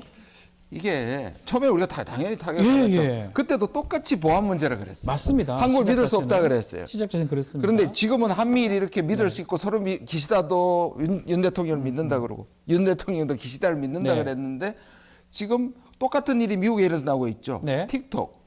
틱톡도 메신저입니다. 소송하고 있어요. 그래 그거는. 그건 네. 미국이 보안 문제를 걸어서 중국을 적대적으로 대하는 거잖아요. 네. 그럼 일본이 설명을 해야 됩니다. 우리가 지금 중국이냐, 미국의 중국처럼 한일 관계하고 적대 관계냐라고 물어야 될 정도로 심각한 일을 한 거잖아요. 네. 당시에 나중에 우리가 극복해서 국산화해서 우리의 기회로 삼았지만 초기에는 굉장히 힘들었죠. 네. 지금 뭐 돌이켜 보면 결과론적으로는 우리가 잘 대응을 해서 결국 일본이 좀 더 손해 봤던 것 같아요. 이거 그렇죠. 화이트리스트 관련해서. 근데 이 문제를 예. 지금 우리 다시 일본하고 반도체 협정을 하면서 네. 우리가 겨우 국산화 시킨 것을 다시 또 일본하고 협력한다고 지금 하고 얘기하고 있으니까. 있어요. 예. 이런 호구가 없습니다. 자, 네이버가 지금 지분 매각 포함해서 모든 가능성 열어놓고 소프트뱅크하고 협의하고 있다. 이렇게 결국 지분 매각 가능성을 얘기를 했거든요. 어떻게 됩니까? 앞으로 매각하게 된다면, 아니면 준다면 그 지분이 우리나라 IT 업계에 미치는 영향이 있습니까? 엄청나게 엄청나다. 크죠. 네, 이유를 말씀을 드리자면 예. 이게 비단 라인이나 아니면 네이버 이런 특정 회사에 관련된 것이 아니라 또 다른 라인, 또 다른 네이버가 네. 계속해서 등장할 것이기 앞으로, 때문에 예. 그게 일본에 대해서는 그렇고 다른 나라에서 그것을 봤을 때 네. 또 이제는 일본을 벗어나서 다른 나라까지 확장될 수가 있기 때문에 아하. 우리나라 기술력을 가지고 과연 우리가 글로벌 진출을 할 수 있을까? 여기에 대해 이미 의구심이 깔리고 있는 상황이고 네. 더불어서 우리나라 개발자들이 이제는 일본을 비롯해서 전 세계로 바깥으로 빠져나가기 시작했습니다. 예. 왜냐하면 이분들도 본인들의 기술력을 가지고 더 큰 서비스를 만들고 싶기 때문에 그래서 개발자 유출이 심각한데 더 불을 당기는 꼴까지 될 것 같아서요. 네. IT 업계에서 느끼는 어떤 위험도는 굉장히 큰 상태입니다. 그러면 이렇게 글로벌 기업 많잖아요. 뭐 제가 알기로도 당연히 외국에 갈 때 우리가 기술력을 가지고 가니까 반반으로 이렇게 하고 서로 침해하지 않는 게 어떻게 보면 당연한 어떤 관례 같이 되어 있는데 일본처럼 이렇게 해버린다면 앞으로 국내 기업 우리가 보호학 외국에 나가는 기업 보호학에서 정부의 역할이 더 중요하지 않을까요? 아니, 그러니까 이 차원이 아까 우리 모두에도 말씀했던 게 기업끼리 해결하고 기업의 문제를 과징금으로 해결하지 않고 총무처가 끼어들었단 그러니까요. 말이에요. 근데 우리는 끼어들지 않고 우리 네이버를 얘기하고 있고 더 나아가서 우리 국민들한테 지금 어떤 얘기를 퍼뜨리고 있느냐 하면 마치 팔 것이 네. 그냥 이미 50대 50이라도 경영을 일본 라인을 사고 있지 않느냐 소프트뱅크에서 하고 있다면 그냥 좋은 값에 파는 것이 오히려 나을 수도 있다 이런 담론을 만들어내고 있는 게 누군지 그러면 설사 그렇다고 하더라도 네. 이게 전례가 돼가지고 계속 압박하는 이후에 제2, 제3의 라인 사태를 방관할 수 있단 말이에요. 이것도 저는 뭐가 생각나냐 하면 네. ISDS의 론스타 생각 안 나십니까? 론스타 같아요. 죄송합니다. 예. 론스타는 우리가 그것을 이제 정부가 개입했다고 해서 물론 아직까지 완전히 해결 안 됐습니다만 2,800억의 손해 우리가 돈 다 물어줬어요. 다 물어줬단 예. 말이에요. 근데 이 부분은 사실 그거를 일본한테 걸 수 있는 문제조차 있는데 지금 이미 이거를 어떤 면에서 심하게 얘기하면 네이버의 입을 막아서 문제를 덮으려고 하는 정부의 자세가 이거는 보수 신문도 여당도 얘기하고 있는 문제이기 때문에 이건 그냥 지나칠 수 없는 문제라고 생각합니다. 조선일보에서 이것을 강력하게 비판을 했던 게 기억이 나는데 결국 우리 정부의 대응이 매우 중요한데 지금이라도 좀 전향적으로 좀 적극적으로 나올 수 있을까요? 지금 라인 문제 사실 예. 네이버라는 곳은 대기업이기 때문에 네. 거기에 합당한 어떤 조치를 취해 갈 것이고요. 그것보다 더 확산되는 것을 빨리 피하기 위해서라도 네. 일본 대사 조치해야 되고요. 총무성의 부당한 조치 철회하라고 강한 메시지를 내야 되고 그걸 통해서 시급하게 취해야 되는 어떤 목적은 우리 개발자들한테 불이익이 없도록 네. 네이버하고 긴밀하게 이야기를 해서 일을 진행을 해야 되는데 이 부분은 무엇이냐면은 아까 제가 이제 지분 구조 얘기를 잠깐 드리다가 말았는데 네.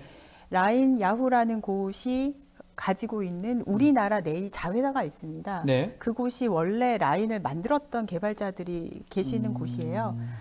라인 이제 플러스 등등이 있는데 거기에 계신 이제 개발자, 우리나라 개발자분들은 예. 지금 굉장한 어떤 혼란에 빠져 있습니다. 지금 이 일로 인해서 예. 그러니까 바깥에 일본에서만 지금 벌어지고 있는 일이 아니라 다시 돌아와서 국내에서도 국내도 문제가 개발자들에게 현실적인 문제를 만들어내고 있기 때문에 거기에 대한 조치 또한 같이 논의를 해야 되는 상황입니다. 궁금한 거는 네. 동남아에 있는 뭐 동남아도 라인을 거의 그렇게 많이 쓴다고 네. 하는데 베트남이나 말레이시아나 인도네시아나 여기도 지분 구조가 비슷하게 돼 있나요? 라인이라는 서비스를 운영을 하고 있는 곳은 라인 야후 하나입니다. 그리고 라인 야후의 대주주가 A홀딩스고 A홀딩스가 50대 50. 요번에 만약에 지분이 좀 절로 넘어가 버리면 동남아 시장도 다 그렇죠. 거기서 네. 하니까 다 뺏겨 버리는 거네요. 네, 맞습니다. 매우 중요한데요. 그러니까요. 제가 잘 몰라도 매우 중요한 것 같은데요. 2억 명이 넘습니다. 2억 명이 있는 그 플랫폼 자체를 원래 우리가 반반하고 있던 거를 일본에게 넘기는 소프트뱅크에 넘기는 그런 상황이 되는 거네요. 그래서 그 어렵다는 글로벌 플랫폼을 만들어 놨는데 네. 일본한테 고스란히 넘겨주는 꼴이 되는 거죠. 네. 일단은 오늘 판교에 가는 것도 이제 그 플랫폼 얘기하려고 가시는 거죠? 우리 끝까지 우리가 지금 시끄럽게 할 겁니다, 이 문제. 몇 시쯤에 어떤 식으로 발표할지도 좀 말씀해 주실 수 예, 있습니까? 12시 예. 30분에 그 네. 판교 IT 성지 네. 그 유스페이스 H 스퀘어 앞에서 이제 다른 당선인 분들과 함께 가서 발표를 할 건데요. 네. 포인트는 매국 정권 규탄 기자회견입니다. 매국 정권입니까, 네, 이거는? 네, 이것은 우리나라 자국의 국익을 위해야 되는 정권이 네. 일본의 국익을 위하는 일들을 하고 있기 때문에 매국 정권이라고 규정을 했고요. 더불어서 이번 주 금요일에는 관련된 토론회를 국회에서 개최할 예정인데 말씀 좀 해주시죠. 토론을 좀 하십니까? 지금 이 부분에 대해서 전문가들의 얘기를 듣기 위해서 네. 토론회를 계획하고 있고요. 같이 공동으로 하고 있고요. 국회 안에 있는 평화위원회에서 같이 하기로 했습니다. 두 분 우리 조국혁신당 아직 개원도 하기 전에 바쁘고 힘들고 너무 열정적으로 하는 것 같은데 짧게 22대 국회에 들어가셔서 어떤 일을 하게 될지 우리 김정 당선인자부터 한번 말씀 부탁드리겠습니다. 예. 제가 제일 좋아했던 말이 저를 영입했을 때 제가 조국 대표의 말씀 중에 제일 좋아했던 말이 하나는 쇠빙선이고 하나는 정치적 효능감이었어요. 네. 그러니까 우리가 저희들을 뽑아주시고 또 저희가 국민의 뜻을 받들어서 정치적 효능감을 느낄 수 있도록 최선을 다하겠습니다. 우리 예민 당선자도 한번 말씀 부탁드리겠습니다. 그동안 정치에 대해서 굉장히 무관심했었던 경향이 강했던 과학기술계의 정치 구심점이 되겠다 선언하면서 들어왔고요. 네. 여전히 그 선언 유효하고 개원을 하게 되면은 과학기술인이 주도를 하는 과학기술계의 정치적 정책 현안들을 하나하나씩 풀어갈 예정입니다. 알겠습니다. 오늘 말씀 여기까지 듣겠습니다. 지금까지 조국혁신당 이혜민, 김준형 당선자와 말씀 나눴습니다. 감사합니다. 감사합니다. 연일 논란이 되고 있는 라인 사태, 단순한 기업 문제가 아니라 외교 문제까지 지금 이어지고 있는데요. 일본의 이런 움직임 뒤에는 자민당이 있다라는 주장이 나왔습니다. 호사카 유지 교수님 연결해서 이 내용 비롯해서 일본 관련 현안 이야기 좀 나눠보겠습니다. 교수님 안녕하십니까? 네, 안녕하십니까? 네, 오랜만에 뵙습니다. 네. 자, 질문 좀 드려보겠습니다. 일본 정부가 나서서 네이버 라인을 빼앗으려고 하는 것이 자민당 때문이다 이렇게 말씀하셨거든요. 이거 어떤 내용입니까? 예, 사실 현재 일본 정부의 구조는 일본 정부의 여러 부처 이상으로 자민당 안에 있는 전무조사회 네. 거기에 소속되는 여러 부회라는 것이 있습니다. 네. 그리고 위원회도 있고요. 거기서 만든 그 여러 정책들이 일본 정부에 거의 100% 반영되어 있다라는 아하. 것이 대단히 중요하고요. 예. 그러니까 자민당이 이 일본 정부보다 상당히 강한 구조가 되어 있다라는 것이 기시다 정권의 특징입니다. 그리고 이러한 그 부회 중에 경제안보팀이 있는데요. 네. 그 경제안보팀의 아마리 아키라라는 사람이 이 경제안보 이러한 그 IT 문제라든가 네. AI 문제에 대해서 최고의 전문가입니다. 그렇게 해서 이번에도 그 네이버의 지분을 갖고 와야 한다라는 면에서 강력하게 발언을 하고 있어가지고요. 아하. 이러한 구조가 사실 일본 전무성의 위향으로 나타나 있다. 그렇게 볼 수가 있는 것입니다. 그 지금 말씀하셨던 그 자민당 내에 있는 정무조사회 이게 여러 부회라고 하잖아요. 네네. 정무조사회 이건 무슨 일을 하는 곳입니까? 전무조사회가 예. 일본 정부의 정책을 제안하는 데이고요. 예. 그 전무조사회 자체도 23개 정도로 나누어져 있어가지고 예. 하나하나가 외무성이라든가 내무성, 정무성 뭐 그런 그 일본 정부 부처하고 대응되어 있습니다. 아하. 네, 그래서 자민당 안에서 먼저 여러 정책들이 만들어져 가지고 예. 그게 각 일본 정부 부처에 제안되었어요. 그것이 거의 기시다 정권에서는 100% 실현되고 있다라고 아하. 보시면 됩니다. 야, 이런 어떤 부회에서 정부에 어떤 요구를 하고 그럼 정부가 그걸 받아준다 이런 말씀으로 들리는데 예, 맞습니다. 그 자민당이 이제 왔다 어차피 온 내각제니까 여기는 그렇다고 손 치면 일본이 3년 전부터 경제 안보를 강조해 왔다고 하는데 이 얘기는 좀 어떤 내용인지 구체적으로 좀 이야기 부탁드리겠습니다. 예, 그 사실 경제 안보라는 예. 말을 만든 사람들이 그 일본 자민당입니다. 아. 그것을 그 미국 쪽에서 받아들여 가지고 예. 지금 그 어느 정도 세계적인 말이 되기는 했지만요. 예. 그 특히 3년 전에 있었던 사건은 역시 이 라인 문제였습니다. 아. 중국에 있는 그 라인 업체에서 개인 예. 정보가 유출됐습니다. 예. 거기에 대해서 경제안보 추진 본부장 그 아마리 아키라가 역시 아마리 강력하게 이러한 문제 절대 앞으로 일어나면 안 된다. 근본적인 대책을 세워야 한다. 이것은 그 중국의 일본의 정보가 네. 유출된다라는 사건이다. 이런 식으로 간주를 했거든요. 네. 그러니까 미국의 그 틱톡 규제법이 이번에 그 바이든 대통령이 사회에 서명을 했지 않습니까? 맞습니다. 예. 이러한 주장하고 거의 같은 주장을 일본은 해 왔습니다. 그 연장선상에 이번에 라인 야후 사태가 일어났기 때문에 네. 자민당의 경제 안보 추진 본부로서는 이 문제를 강력하게 주장하게 나선 거죠. 아, 그래서 경제 안보라고 얘기하면서 이까지 지금 진행하고 있는 상황인데 지금 사태 관련해서 일본 내 여론이나 언론 반응은 어떻습니까? 일본의 언론은 네. 비교적 객관적인 보도를 하고 있습니다. 아, 일본이요? 예, 어허. 일본의 언론은 그래요. 아, 예, 네, 물론 그러니까 일본의 언론도 한일 관계 개선이라는 그러한 주장이 있지 않습니까? 네. 그래서 어느 정도 조심스럽게 이 문제를 다루고 있는 모습이라고 할 수가 있습니다만은, 네, 그러나 역시 그 진보 언론 쪽에서는 이번에 일본 정부의 행정 지도는 대단히 이례적이다. 이러한 이야기가 나와 있고요. 예.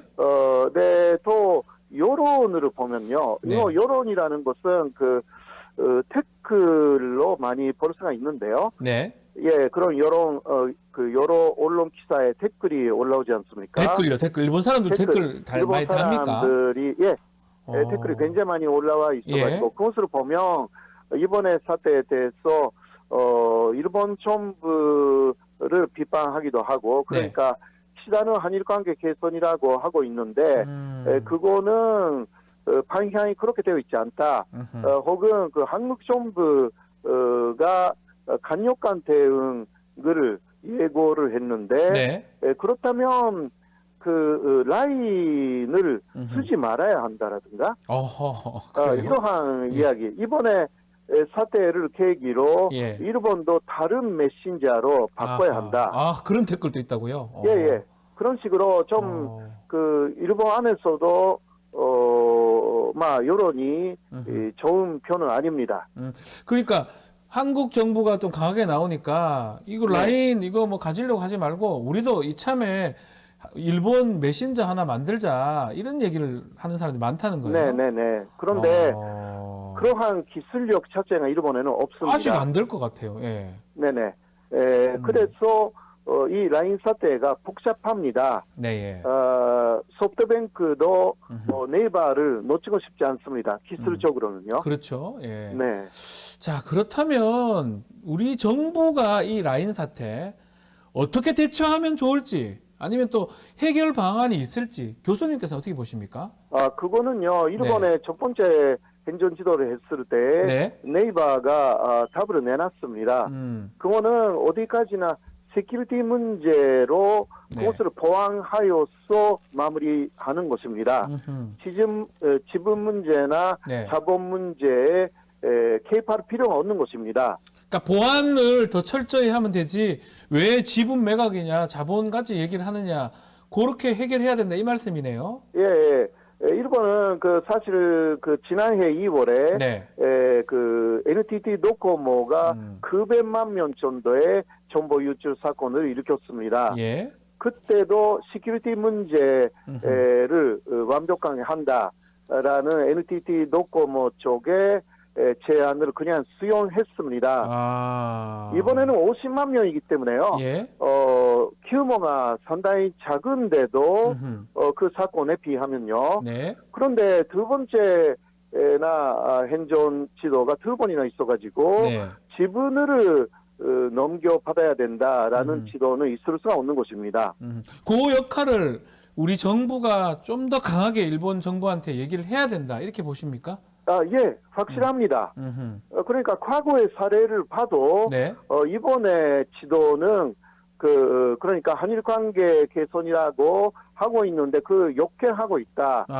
그것을 일본 정부가 역행하고 있고 자민당의 자민당의 경제 안보 팀이 역행시키고 있다라는 이야기를 어느 정도 해야 합니다. 공개적으로 하지 않아도요. 외교 루트를 통해서 항의를 해야 한다. 그렇게 봅니다. 할 수 있다면 뭐 정부한테 자민당 내 여러 부회나 경제안보팀 같은 데서 자꾸 이렇게 하는 거니까 조금 주의를 해달라라고 네네. 우리 정부가 직접 요청해도 된다. 그 말씀이네요. 예, 맞습니다. 알겠습니다. 뭐 우리 정부가 좀 그렇게 했으면 좋겠습니다. 사실 잘못하다가 진짜 뭐 지분 매각이 된다 그러면 라인이 일본 기업으로 되는 거잖아요. 경영권을 뺏긴다면 그것도 좀 심각하다고 맞습니다. 봐야 되겠죠? 네네. 네, 알겠습니다. 자, 사동호 광산 이야기도 좀 해보겠습니다. 네. 일제 강점기 때 조선인 강제 동원이 대규모로 이루어졌던 사도광산. 지금 일본이 유네스코 세계유산 등재하는 것으로 추진하고 있죠?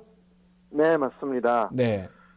사실 2022년에 첫 번째 신청을 유네스코에 했고요. 맞아요. 네. 그러나 그게 실패했습니다. 그때는 아, 예. 여러 가지 부족한 부분이 있다 그런 식으로 하여서 그래서 이번에는 미비했던 부분을 다시 보완해 가지고요. 네. 이번 7월에 인도에서 심의회가 있습니다. 거기에서 통과시키려고 그렇게 일본이 특히 이것도요. 네. 자민당 내에 여기에 대한 프로젝트 팀이 있습니다. 아, 그게 있어요? 이 팀들이 지금 열심히 일본 내에 있는 여러 국가의 대사관을 돌아다니면서 이게 좀 그러니까 심의하는 국가가 21개 있는데요. 이미 16개 국가 한때도 아하. 한때 긍정적인 답을 얻었다. 이러한 아하. 보도가 나왔습니다. 이것도 뭐 다수결로 받는 겁니까? 유네스코 이것도? 원래는 다수결 아닙니다. 예. 만장일치. 아, 마찬가지요. 가 예. 기본이고 사실 한국도 심의회에 들어가 있습니다. 네. 그러한 상황인데 이게 그런데 개편이 된다고 합니다. 그때는 한국이 빠진다라는 이야기가 나와 있어가지고요. 아, 예. 오히려 일본은 그것을 상당히 기다리고 있고 예. 그러나 일본의 걱정은 거기에 중국이 오히려 들어오게 되면 더 문제가 될 것이다. 한국 중국? 이상으로. 예. 한국은 사실 현재 윤 대통령이기 때문에 네. 상당히 협력적이다. 예. 이러한 이야기를 하고 있습니다. 우리 사도광산 이거 하는 것도 우리 윤석열 정부가 찬성할까요? 현재까지는요. 네. 윤동민 주일 대사의 말에 의하면 예. 여러 가지 문제가 있다. 아. 그러나 아하. 한국 정부는 절대 반대라는 입장은 아니다. 이렇게 또 상계신문의 인터뷰에서 했기 때문에 이러한 말은 마지막은 협력해서 장수하겠다라는 이야기이거든요. 네. 안 그러면 이게 일제강점기에 조선인들이 총 500명 이상 강제 동원된 게 역사적인 사실이고 그렇죠. 그러나 일본은 이 사도간산의 일제강점기의 역사를 빼고요. 300년, 400년 전에 에도 시대의 역사만 등록하려고 하는 말도 안 되는 네. 꼼수를 부리고 있어가지고요. 꼼수다. 이건 꼼수다. 일본이. 예, 꼼수죠. 예. 이거 있을 수가 없는 이야기를 일본이 역사를 하고. 뭐 끊어서 할 수도 없는 거잖아요, 사실은. 그렇죠. 네. 그때 에도 시대의 시설을 일제강점기에 쓰지 않았다라는 것도 아니잖아요. 네, 썼는 건데 어차피. 예, 말이 안 되는 이야기를 일본이 하고 있는데 네. 이런 것을 지적해야 되는 거죠. 지적을 정확하게. 해야 된다. 예. 네. 그 예전에 과거 정부도 이 사도광산 유네스코 등재 시도를 했는데 안 됐던 겁니까 그때는? 아예 한 번 한 일본 번에, 정부가 예. 시도를 과거에 예. 항의는 했는데 예. 그때는 안 됐습니다. 여러 가지 면에서 그러나 다시 이거 사실 거의 매년 니가타현 네. 사도가 니가타현에 있으니까 예. 거기서는 올라옵니다. 해달라라는 식으로 네. 등록해달라. 네. 그러니까 그것을 특히 자민당 안에서 이게 아베 신조 전 총리가 네. 추진을 많이 했습니다. 그러나 그때 안 됐기 때문에 이번에도 자민당 내의 프로젝트 팀은 그런 극우적 아베 신조 라인의 국회의원들이 만든 PT가 이것을 쭉 추진하고 있어가지고 네. 이거 통과시키지 않으면 일본의 극우 쪽의 지지율이 계속 떨어질 것이다. 아, 일본 입장에서도 어허. 네. 그런 식으로 이야기하고 있어요. 그 산케이 신문에서 2022년 5월 한일 관계 개선에 긍정적인 윤 정부 출범 이게 적기다 이 보도했는데 이건 어떤 내용입니까? 아, 예. 산케이신문뿐만이 아니라 다 그렇게 얘기합니까? 예, 그 지지돈신, 뭐 시사돈신이라고 있잖아요. 예. 거기서는 이렇게 나와 있어요. 사도관사 문제에 있어서는 여러 가지 어려움이 있지만 이게 그 일본 정부 고관의 이야기라고 해서요. 네. 윤석열 대통령하고 함께 모든 것을 극복해 나가야 합니다. 함께 극복한다고요? 윤석열 대통령하고? 예.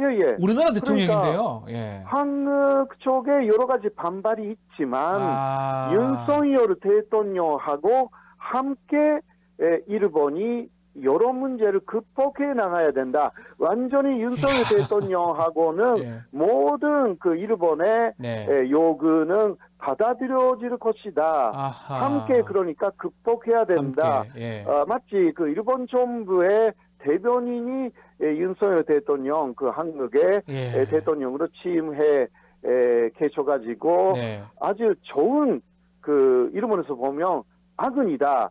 이러한 논조가 나와 있어가지고 깜짝 그 놀랐어요. 저도. 그러니까 일본의 많은 아니 보수적인 그 어떤 언론에서는 윤석열 정부, 윤석열 네. 대통령하고 함께 이런 위기나 뭐를 극복을 해야 된다 이렇게 얘기를 하고 있다는 거잖아요. 예. 지지돈 씨는요. 예. 객관적인 그 포스가 아니에요. 어느 예. 정도 그 진보적인 진보적입니까? 예. 언론입니다. 네. 거기서도 그러한 이야기가 나오는 정도이기 때문에 예. 그 상당히 그 일본 내의 보수 진영에서는 윤석열 대통령을 응원해야 되고 네. 또 함께 해야 되고 윤석열 정권 내에 일본의 여러 가지 문제, 독도 문제도 있지 않습니까? 네. 이런 것도 일본이 원하는 대로 해결이 되도록 해야 된다라는 의견들이 굉장히 많습니다. 네. 또 정권이 바뀌면 이거 모든 것이 물거품이 될 우려가 있다. 지금 해야 된다 이런 이야기도 그러니까. 가끔 나옵니다. 그래서 지금 해야 된다 이렇게 예, 일본 언론에서 얘기를 한다는 그러니까 지금 거군요. 적기다라는 예. 이야기죠. 뽕뿌미님이 어이가 없네 이렇게 글을 주셨습니다. 네. 네. 자, 그 독도 얘기하셨는데요. 최근 한국 의원들이 독도 방문한 거 일본 외무상이 주권 침해다 이렇게 발언을 했거든요. 네네. 그거 관련해서 우리 정부의 대응은 어떻게 보고 계십니까? 예, 우리 정부는 일단 그 외교부를 통해서 대응하기는 했는데 네. 굉장히 늦었거든요. 하루 정도 늦었습니다. 보통 이럴 때는요, 즉각 대응해야 합니다. 네. 이게 국제법의 기본입니다. 물론 독도 문제가 일본 쪽에 그 민간에서 뭔가 나와도 거기에 대응할 필요는 없습니다. 네. 그러나 국가가 일본이라는 국가가 이런 식으로 독도는 일본 영토라고 주장했을 때는 즉각 독도는 그 한국의 고유 영토라는 말을 정확하게 해야 하는 것입니다. 네. 그렇지 않으면 이게 국제법에 걸리는 것입니다. 조금 늦거나 또 혹은 대응하지 않거나 하면 독도가 일본 영토라는 것을 인정했다라는 식으로 국제법에서는 기록이 되는 것입니다. 그러니까요. 일본은 그것을 원하고 있고 노리고 있는 것이기 때문에 거기에 조금이라도 주저하면 안 되고요. 그리고 말도 뭐라 할까 알기 어려운 말로 하면 안 됩니다. 네. 확실하게 독도는 역사상 국제법상 지리적으로 한국의 고유 영토이기 때문에 일본의 주장은 부당하다라는 그 입장을 적어도 몇 번이나 되풀이해야 하는 것입니다. 그러니까 쉽게 말하면 그런 말들이 나올 때 즉각적으로 단호하게 쉽게 얘기하라는 거죠. 뭐 둘러대지 말고 뭔 소리 하냐 우리 땅이다 이렇게. 왜 그 시간을 두고 하느냐? 네. 그거는 생각하고 있다라는 이야기거든요. 이게 독도는 예. 어느 쪽의 영토냐? 그게 한국 정부가 왜 고민할 필요가 있습니까? 당연히 바로 나와야 되는데. 예. 예. 이것은 문제가 되는 부분이에요. 네. 예. 그래서 뭐 예. 말씀하십시오. 예. 예, 말씀하세요. 그래서 그런데도 불구하고 우리 정부가 조금 미지근하게 좀 늦게 대응하고 말을 하는 것 같거든요. 그 부분이 아쉽다 그러니까 이 말씀이네요. 한일 관계 개선이라는 것이 예. 일본의 주장을 다 수용하는 것은 아니거든요. 네네. 예, 일본의 주장을 다 수용하면 이 나라는 일본이 되는 것이고요. 예. 한일 관계 개선이라는 것은 서로의 주권을 존중하면서 이게 개선해야 되는 것인데 네. 그렇지 않고 일본이 독도는 일본 영토다. 뭐 간제지형 문제 이것은 다 그 해결된 문제니까 한국에서 모두 해결을 해라. 위안부는 매춘비였던 거 아니냐. 이런 거 다 그 수용한다면 이것은 한국이라는 주권이 어디에 갑니까? 네. 아, 교수님 말씀 들어보니까 대응하는 방식이라든지 그 시기라든지 그 부분이 아쉽네요. 마지막으로 그 조국 혁신당 대표가 독도 그 방문했더라고요. 그 부분 네네. 어떻게 보십니까? 예, 아무래도 그 혹시 네. 그 찬내에 네. 조국 대표가 더 높은 자리에 올라가면 네. 못 가게 됩니다. 예, 예. 너무 큰 한일 간의 문제가 되니까요. 예. 이명박 대통령 때 문제가 됐지 않습니까? 그렇죠. 직접 대통령이 가면 좀 그러나 그렇죠. 과거에 음흠. 많은 그 한국 지도자들이 네. 여야 할 것도 없이 독도를 방문했습니다. 네. 그러니까 조국 대표가 독도를 방문하시고 그리고 그 해야 되는 여러 가지 메시지를 내놓은 것은 잘했다고 그렇게 봅니다. 예, 알겠습니다. 자, 오늘 말씀 여기까지 듣겠습니다. 감사합니다. 네, 고맙습니다. 지금까지 호사카 유지 교수와 최근 감사원의 최고 의결 기구인 감사위원회 대통령실 또 관저 이전 관련해서 국민감사 결정 보류 결정을 내렸었습니다. 벌써 6번째 조사 연장을 하는 그런 상황인데 오늘은 그 국민감사를 청구한 참여연대의 장동엽 간사와 이야기 나눠보겠습니다. 안녕하십니까? 네. 자, 먼저 대통령실 이전 관련된 얘기 먼저 해보겠습니다. 대통령 취임한 이후에 청와대를 용산으로 옮기고 한남동 관저 공사도 했습니다. 5달 뒤에 참여연대가 국민감사 청구를 했는데 그 내용도 좀 소개를 좀 해주십시오. 어떤 내용입니까?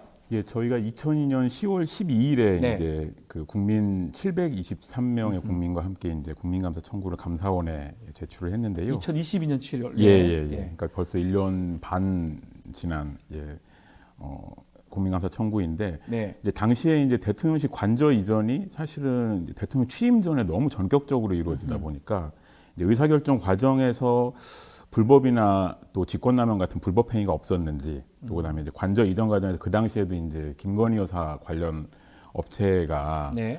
이제 뭐 수의계약으로 수주했다 이런 의혹들이 제기되면서 그렇죠. 이제 건축 공사 관련한 계약 체결에 문제가 없었는지 또 이제 막대한 국가 재정이 들어가기 때문에 비용 추계나 이런 집행 이런 과정에서 불법성이나 재정 낭비 의혹이 없었는지 또 그 당시에 이제 대통령실 공무원들 채용 과정에서 문제가 있었다는 의혹들이 거듭 제기됐었기 때문에 그 과정에 대해서 살펴봐야 된다. 이런 4가지 정도로 저희가 국민감사 또 청구. 충분히 국민감사 청구할 내용들을 했던 것 같은데 지금 몇 번에 걸쳐서 기간을 지금 연장하고 있거든요. 네네.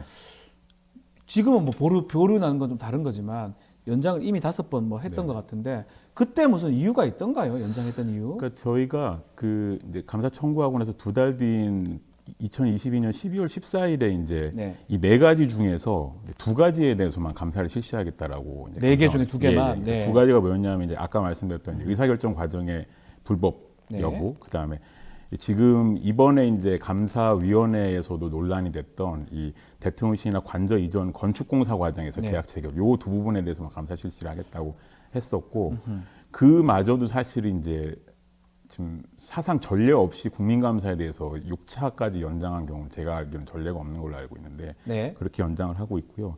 뭐 계속 사실은 3개월 단위로 기계적으로 계속 연장하고 있는데 그러니까 제대로 하려면 할 수 있는 건데 그냥 계속 연장한다는 느낌이 드네요. 그러니까 왜냐하면 전 정부에 관련되는 뭐 인사나 정책과 관련되는 감사에서는 이런 방식으로 순식간에 합니다. 예, 순식간에. 굉장히 전격적으로 하고 예. 중간에 또 감사 과정에서 중간에 뭔가 드러날 문제가 있으면 중간 발표 형식으로 해서 뭐 수사 의뢰한다거나 보도되기도 이렇게 하고요. 예, 그렇게 서울하기도 하고. 대응했었는데 이 사건에 대해서는 유독 계속 그냥 기계적으로 감사 연장하고 연장 사유를 보면 그냥 뭐 계속 이제 관련 기관이나 업체들에 대해서 소명 절차 진행 중이다. 그러다 이제 지난 이제 저희 2월에 받았던 5차 연장 때는 아예 그냥 구체적인 사유도 없었어요. 그냥 연장한다. 그냥 네. 감사 결과 처리에 상당한 시간이 소요된다. 그러니까 최소한의 좀 구체적인 사유조차 밝히지 않고 이제 연장하다가 이번에 감사위원회 회의에 이제 좀 안건으로 회부가 됐었고, 네. 뭐 기자단 문자 공지에서는 이제 일부 사항에 대한 사실관계에 대해서 좀 확인이나 보완이 필요하다, 이게 이유였다고 이제 기자단 문자 공지에서는 그렇게 나갔다고 하는데, 저희가 어제 마침 이제 문서로 이제 요 통지문을 받았는데 거기에는 그냥 감사위원회에서 심의 중이다, 이게 이유였습니다. 이번에 보류 결정도 그 이유 때문에 네네네. 난 겁니까? 네네. 심리 중이라고요? 예, 그러니까 심의 중인데. 심의 중이라고요? 이제 일부 뭐 이제 한겨레 신문이나 이쪽에서 보도된 바에 따르면 이제 그 아까 말씀드렸던 대통령 관저 공사 예. 과정에서 이제 그 김건희 여사가 관련돼 있는 코바나 콘텐츠랑 관련된 업체가 이제 수주한 의혹과 관련해서 감사가 매우 부실하게 진행됐다라는 네. 게 핵심 이유다. 안 그래도 보도가 됐던데. 보도가 됐더라고요. 그러니까 감사가 제대로 안 되니 감사위원회에서 새로 해라. 네, 6번 미뤄서 한 건데도 안 되니까 그렇죠. 보류 결정 내고 새로 해라, 이래 된 건데, 그러니까 제대로 조사 자체도 안 했다고 봐야 이게 되겠네요. 매우 이례적인 상황. 그러니까 저희도 뭐 여러 감사 사례들을 보고 있지만 네. 매우 이례적이라고 하더라고요. 왜냐하면 이제 뭐 기존에 청구했던 사례에서도 두 가지밖에 이제 사실은 실시하지 않기로 했는데 그 중에 하나조차도 사실 제대로 감사가 안 됐다는 거니까 매우 이례적이라고 하더라고요. 자, 그러면 지금 말씀처럼 감사 계속 연장하고 또 결국은 또 이렇게 보류 결정도 받고 이렇게 하는 이유가, 근본적인 이유가 뭐라고 보십니까, 간사님은? 이제 우선은 뭐 저희가 이제 그 작년 7월 6일에 이제 요 지금 현재 감사위원이 되는 유병호 당시에 이제 네. 감사원 사무총장을 등을 고발을 한 적이 있는데, 이 사건에 대해서 이제 감사를 방해하는 이제 압력을 넣었다는 거예요, 담당 과장한테. 네. 예, 담당 과장한테 이게 그냥 이대로 좀 묻어라, 아니, 정리해라, 예, 예. 그만해라라는 취지로 해서 압력을 넣었다는 의혹이 보도가 그 과장이 감사원으로 나왔습니다. 나오고 나서 아마 이제 일부 언론에서 이제 보도가 됐고, 그래서 이제 저희가 이제 그 혐의 등, 그다음에 이제 전현희 전 국민 이제 권익위원장 요 감사 보고서가 공개되는 과정에서도 의혹들이 굉장히 그 당시에 많았기 때문에 네. 그걸 묶어서 이제 고발을 했었거든요. 아마 그러니까 대통령실과 관계되는, 그러니까 대통령을 직접적으로 겨냥하는 감사이기 때문에 당시 사무총장이었던 유병호 사무총장부터 해서 실제로 감사를 계속 방해해 왔고, 그 연장선에서 제대로 이제 감사가 이루어지지 않았던 게 아닌가, 네. 저희는 그렇게 보고 있습니다. 자, 그렇지만 이 감사위원회가 또 유병호 감사위원이 이끌고 있잖아요. 그 유병호가 지금 말씀하신 사무총장을 했고, 네. 이분이 이제 예전부터 문재인 정부 감사 계속 하던 사람이고, 지금 말씀처럼 지금 국민감사 청구 관련해서는 조금 막던 이런 사람인데, 네네. 그러니까 이 사람이 좀 문제가 되는 인물이라고 봐야 되겠네요. 이분의 캐릭터가 굉장히 재밌는 네. 분인데, 뭐 아마 감사원 내부에서는 타이거라는 별명을 갖고 있다고 해요. 그러니까 호랑입니까? 그러니까 뉴스타파에서 일부 이제 그 관련되는 내용들을 좀 보도한 적이 있는데, 예. 특히 이제 월성원전 관련해서 굉장히 이제 그러니까 진두지휘하면서 최근에 그 월성원전 관련한 관계자들이 이제 무죄가 확정이 네. 됐잖아요, 대법에서. 그러니까 굉장히 문제적 감사 방식으로 아예 그냥 기획해서 사실은 이제 감사를 했던 대표적인 사례로 알려져 있고, 네. 그러니까 원래 이제 이분이 예전에 그 2013년에 박근혜 정부 들어설 때 대통령직 인수위원회에서 실무위원으로도 활동을 했거든요. 그러니까 정치적 성향 자체, 그러니까 본인이 갖고 있는 정치적 성향 자체가 이제 어느 정도 확인이 되는 분이고, 그렇다 보니까 이번 정부하고도 이제 완전히 코드가 맞는, 뭐 대표적으로 사실은 이제 2022년 10월 5일에 이관섭 당시 국정기획수석하고 문자 메시지 주고받았던 게 그렇죠, 유명하잖아요. 그러니까 뭐 이게 그 당시 이제 서해 공무원 피살 사건 관련해서 감사원의 감사가 문제가 있다는 의혹이 제기되니까 이제 그 논란이 되고 있는 와중에 이제 국정기획수석과 나눴던 문자 내용이 뭐 가장 대표적으로 이분의 캐릭터를 설명해 주는 사건이 아닌가 보고 있습니다. 어쨌든 간에 이번 보류 판정에 뭐 본인은 재적 사유가 있어서 참석은 안 했는데, 네, 감사원법 15조에서 이제 본인이 했던 관여했던 감사이기 때문에 사건이니까 못하게 돼 있죠. 위원으로서 네. 판정에 들어올 수 없는데, 그렇지만 일각에서는 영향이 있었을 것 같다, 이런 얘기가 계속 있는 것 같아요. 왜 그러냐면 저희가 이제 최근에 한 감사위원분 기피 네. 신청을 했는데, 이 저희가 지금 청구한 이 대통령실 이전 불법 의혹 국민감사의 주심이 김영신 지금 감사위원이신데 네.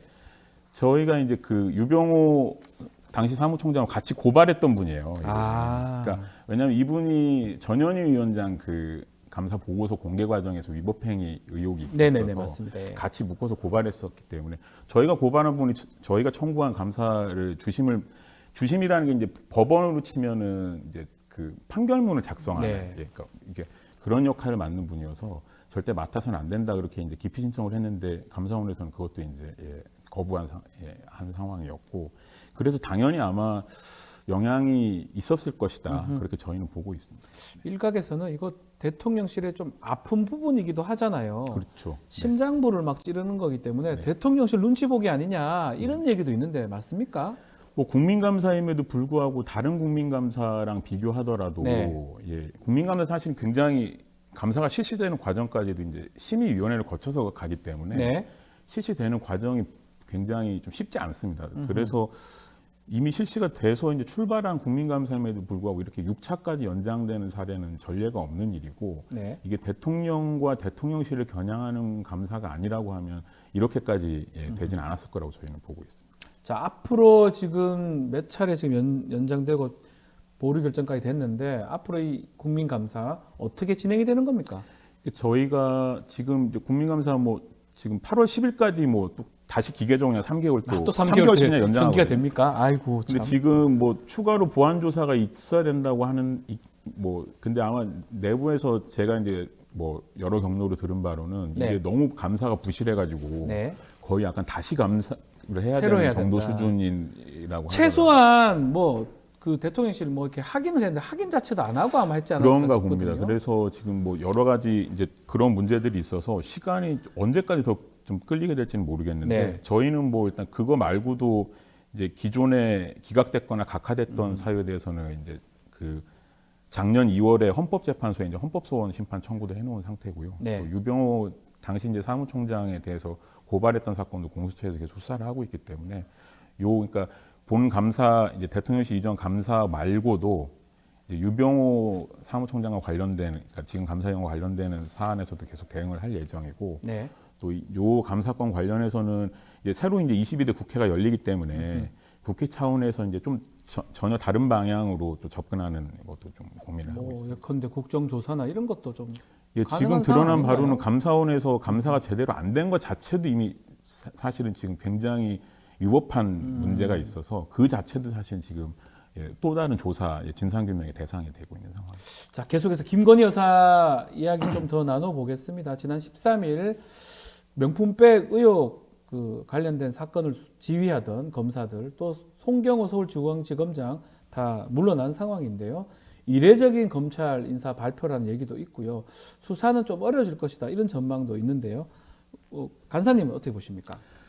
뭐 검찰이라는 게 워낙 변화무쌍해서 사실 이원섭 검찰총장이 이거에 대해서 전격적으로 신속하게 네. 수사하라고 얘기할 거라고 사실은 뭐 예상한 부분이 그것도 아무도 좀 없었지만, 놀랐다는 말씀이네요. 예. 검찰은 저는 뭐 개인적으로 생물이라고 생각하고 네. 뭐 그 가장 대표적으로 증명하는 분이 저는 윤석열 아, 당시 검찰총장이셨다고 그렇죠. 생각하는데 그렇기 때문에 사실 뭐 검찰이 인사를 통해서 수사를 예단한다는 건 저는 뭐 쉽지는 않을 것 같지만 네. 뭐 민정수석이 바뀌자마자 처음으로 이루어진 게 검찰의 인사였다는 게 시사하는 바가 있다고 생각합니다. 자, 이게 참 민정수석하고 또 인사하고 연결 지어졌다 이렇게 보시는 거고 박성재 또 법무부 장관은 무슨 소리 하느냐 내가 했다 뭐 이런 식으로 또 얘기를 하고 있는 상황인데요. 자, 하여튼 인사 발표 이후에 수사가 어떻게 될지 여러 가지 전망들이 되고 있는데 이 참여연대가 지난해 12월에 김건희 여사 청탁금지법 위반 혐의로 네네. 권익위 신고를 했었는데 네네. 이건 어떻게 진행되고 있습니까? 그러니까 저희가 사실 권익위 신고했던 거는 원래 이제 청탁금지법 위반 신고 대상이 이제 수사기관이나 네. 감사원이나 권익위거든요. 근데 이제 예. 권익위를 택한 이유는 앞서도 말씀드렸지만 감사원은 믿기가 어렵고 아, 수사기관도 믿기가 어려워서 예. 더구나 권익위는 청탁금지법 위반 등을 비롯해서 이제 부패 방지나 공직윤리와 관련해서 주무기관이에요. 네. 그래서 공무원들에 대한 교육도 담당하고 있는 기관이기 때문에 유권 해석 기관이어서 적어도 권익위가 수사가 필요하다고 판단해 수사기관으로 넘어가면 이건 좀 다른 의미를 갖기 때문에 네. 저희가 권익위에다가 이제 청탁금지 위반을 신고를 했고 그리고 사건 자체가 매우 단순합니다. 그러니까 대통령도 그렇고 대통령실도 그렇고 적어도 김 여사가 이 명품백을 받았다는 사실을 부인하지 못하고 있어요. 그거 영상이 있잖아요. 그렇죠. 그거 누가 봐도 있는데요. 그러니까 계속 이제 궁색한 변명만 나오는 거죠. 예. 가령 이제 대통령 기록물법상 대통령 선물로서 이제 관리 보관하고 있다라는 취지로 얘기한다거나 이런 식의 그러니까 약간 좀 이제 궁여지책의 네. 해명들이 나오다 보니까 저희가 보기에는 이제 대통령이 이 명품백을 이제 배우자가 받은 사실에 대해서 어떻게 처리했는지만 사실은 규명하면 된다고 저희는 그 당시에 판단했고 네. 그래서 청탁금지법 위반으로만 이제 신고를 한 상황이고요. 뭐 최근에 뭐 이제 김 여사에 대한 뭐 특가법상 알선수염이나 이런 여러 가지 쟁점들이 뭐 물론 이제 나오고 있긴 한데 일단은 좀 저는 뭐 검찰이 기본적으로는 네. 대통령이 청탁금지법에만 먼저 초점을 맞춘다고 하면 사건이 단순하기 때문에 대통령이 이 청탁금지법 상에 그러니까 공직자로서의 의무를 제대로 이제 지켰는지 그 부분을 먼저 확인하는 게 일단 우선이라고 보고 있습니다. 이게 최근에 수사기관 이첩 요구를 하셨습니까? 네. 그 알선 수재법 이런 거 위반. 예, 저희는 뭐 수사기관 이첩 요구는 예. 권익위가 당연히 해야 되는 사안이라고 생각을 했고 권익위가 사실은 이제 지금 법적 근거 없이 계속 연장을 한 상황이에요. 권익위도. 예, 권익위도 연장을 다 왜 이래 위원회들이? 이것도 이례적이라고 하더라고요. 그러니까 계속 왜 연장을 해? 원래 결정 안 국회법원이 하고. 권익위법상 이제 한 차례 연장할 수 있는데 예. 담당 조사관하고 제가 직접 통화를 했는데 저희도 법적 근거가 없는 건 아는데 예. 뭐 다른 사건들도 조사 기간이 좀 미뤄지고 이런 조사가 미뤄지고 하면 그냥 계속 연장하고 있다. 그러니까 이 사건이랑 뭐 특별히 다를 바는 없다라고 얘기를 하고 있지만 국민적 관심사가 이렇게 큰 사안에 대해서 이렇게 좀 뭐 사실상 이제 아마 조사 대상이 대통령과 대통령 배우자고 대통령실이나 경호처까지 관계되고 있기 때문에 네. 조사가 제대로 이루어지고 있지 않은 것 아닌가 이런 좀 말 그대로 대통령실 관계된 거는 감사원이나 권익이나 맞습니다. 네. 다 제대로 못하고 연장하고 법에도 없는 연장을 계속 하고 있고 그렇죠. 참여연대는 계속 요구를 하고 있고 네네. 요구할 수 있는 권리가 있는 거잖아요. 국민감사청구라든지 권익위에 지금 얘기를 하는 건데 참 이해할 수 없는 일들이 조금 일어나고 저희가 원래 있습니다. 성역 없는 조사만 네. 촉구하다가 이제 마지막에 가서 마지노선에서 네. 수사기간 2천이라 왜냐 권익위는 이 사건에 대해서 그러니까 끝까지 판단할 필요가 없거든요. 예. 그러니까 넘기면 되잖아요. 예, 수사 필요성이 있으면 그냥 넘겨버리면 넘기면 돼요. 네. 본인들이 하기 싫으면 네. 못 하겠으면 그렇죠. 그래서 그것도 대통령실이나 그 윗선의 눈치 보기라고 봐야 됩니까? 권익위? 저는 뭐 그렇다고 봅니다. 왜냐하면 유철한 위원장이 올해 1월에 이제 국회에서 한 발언이 네. 저는 모든 걸 다 보여준다고 생각하는데 대통령 요 비위와 관련해서는 관여할 권한이 없다라고 얘기를 그렇죠. 해버렸거든요. 근데 대통령은 법상 무조건 최고위 공직자거든요. 네. 공직자이기 때문에 공직자 모두를 규율하고 있는 뭐 청탁금지법에 대해서 권위가 관여할 권한이 없다 그러면 스스로 사실은 존재 이유를 부정한 거라고. 못 하겠다, 안 하겠다 이런 걸 네. 얘기를 하는 거기 때문에 알겠습니다. 자, 참여연대에서 제가 지난 8일이죠. 윤석열 정부 2년에 대한 보고서 발간했는데 이 내용 좀 소개 부탁드리겠습니다. 예, 저희가 뭐 사실 이제 그 이명박 정부 때부터 이제 네. 검찰에 대해서 아예 매년 검찰이 그 해에 무엇을 했느냐 네. 탈탈 털어서 이제 내고 있고요. 예, 올해도 작년에도 냈었는데 올해도 검찰 보고서 매우 정말 담당 간사들이 그 피와 땀을 갈아 넣어서 만든 검찰 보고서도 2003년부터 2008년이고 또 그 윤석열 정부 2년 보고서도 지금 하셨다고. 예, 2년 그 내용은 어떻습니까? 검찰 보고서 이제 예. 저희가 내부... 검찰에 관련된 내용. 검찰에 대해서는 모든 것을 망라해서. 그래서 지금 시민분들이 사실은 이제 저희 홈페이지 오셔서 다운 받으시고 계시거든요. 그래서 아마 언제든지 오셔서 다운을 받으시면 검찰에 대해서는 이렇게 굴러가고 있구나. 그리고 윤석열 정부 검찰이 이렇게 수사했고 그 평가에 대한 부분도 저희가 이제 전문가분들하고 같이 해서 이제 담은 내용입니다. 자, 말씀처럼 2003년부터 지금 검찰 백서를 만들어서 2008년 아마 MB 정부 때 같은데요. 매년 검찰 관련된 보고서를 발간하고 있는데 자, 이번에도 그렇고 검찰의 권한 오남용을 막기 위해서 어떤 대책이 필요하다고 보십니까, 간사님? 일단 저희는 뭐 검찰뿐만 아니라 권력기관들은 지금 권한을 분산시켜야 된다는 게 저희의 기본적인 입장이에요. 뭐 경찰도 마찬가지고 국정원도 마찬가지고. 그래서 일단 국가수사청이라는 방식으로 원래 이제 저희가 공수처를 맨 처음 제안했던 단체거든요. 네. 공수처는 공수처, 예. 원래 그리고 부패 방지를 위해서 사실은 부패 방지를 위한 이제 전문 조사 기구로 이제 원래는 그 당시에 지금의 국민 권익위인 국가청렴위 산하에 이제 공수처를 둔다. 이런 청렴위가 수사의 권한까지도 갖는 강력한 권한을 가지고 부패를 방지하는 거를 이제 골자로 했던 거라서 공수처도 사실은 저희가 지금 보기에는 매우 미흡한 상태로 원래 처음에 법이 만들어지다 보니까 제대로 된 기능이 안 되고 있는데 그건 공수처의 존재 자체의 문제라기보다는 그러니까 검찰의 권한을 상당 부분 가져와서 정말 이제 부패 방지나 공직 윤리와 관련되는 좀 전문적인 수사를 전담하는 기관으로서 이제 그러니까 지금 수사하고 기소는 검찰에다가 맡기는 방식의 예. 구조로 돼 있다 보니까 기소권이 엄청나거든요. 사실. 그렇죠. 그래서 기소의 권한도 수사에 맞게 공수처에도 기소의 권한을 분산해서 가져가야 되고 지금의 검찰은 사실은 거의 해체 수준으로 이제 국가수사청을 신설하는 방식으로 해서 전문적인 수사기관으로 거듭나도록 하는 방식으로 가야 될 것 같고 뭐 경찰 같은 경우에도 지금의 이제 일선 이제 정말 민생 시안이나 이런 부분을 담당하는 역할로 좀 가서 수사하는 수사기관을 아예 따로 이제 분리해야 된다라는 게 기본적인 저희 입장입니다. 말씀 지금 하신 김에 최근에 지금 뭐 논란들이 좀 있지 않습니까? 뭐 이화영 부지사 관련해서 조사하는 과정에서 검찰 뭐 술파티 연어 뭐 논란도 있었고요.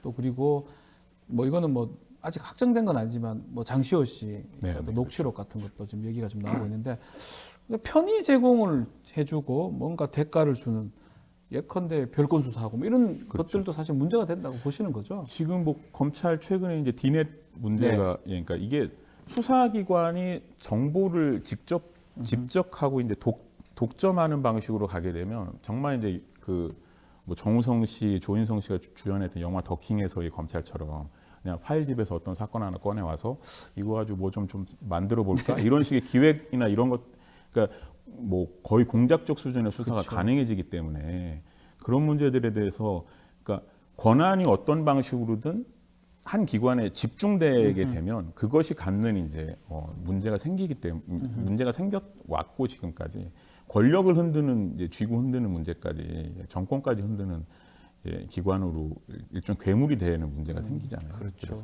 그런 부분에서 이제 뭐 국정원도 마찬가지고 권력기관들에 대해서 전반적으로는 좀 권한을 분산하는 게 중요할 것 같고 또 견제해야 되고. 아까 말씀드렸던 뭐 감사원에 대해서도 저희는 좀 그런 방식으로 접근하려고 합니다. 자, 22대 국회가 아마 특검 국회이자 검찰 개혁을 위한 국회가 될 것으로 전망이 되는데 여기에 참여연대의 역할 어떤 역할을 할 계획입니까? 뭐 저희는 계속 사실은 뭐 이번에 22대 이제 총선 때도 정책 과제를 계속 제안을 해왔는데요. 앞서 말씀드렸던 뭐 검찰개혁 과제뿐만 아니라 대통령의 권한에 대해서도 정말 좀 심각하게 이번에 다시 들여다봐야 된다. 뭐 이게 정말 개헌이 필요하다고 하면 개헌을 해서라도 뭐 대통령의 권한이 거의 이제 제왕적 대통령제란 말 우리가 그냥 굉장히 습관처럼 써오긴 했지만 대통령제가 이제 대통령이 어디까지 정말 이제 국가의 권력을 사유할 수 있는지를 저는 극단적으로 보여주고 있다고 생각하기 때문에 그런 것들이 사실은 김건희 여사의 특검법에 대해서도 마찬가지고 거부권 행사하는 거. 최상병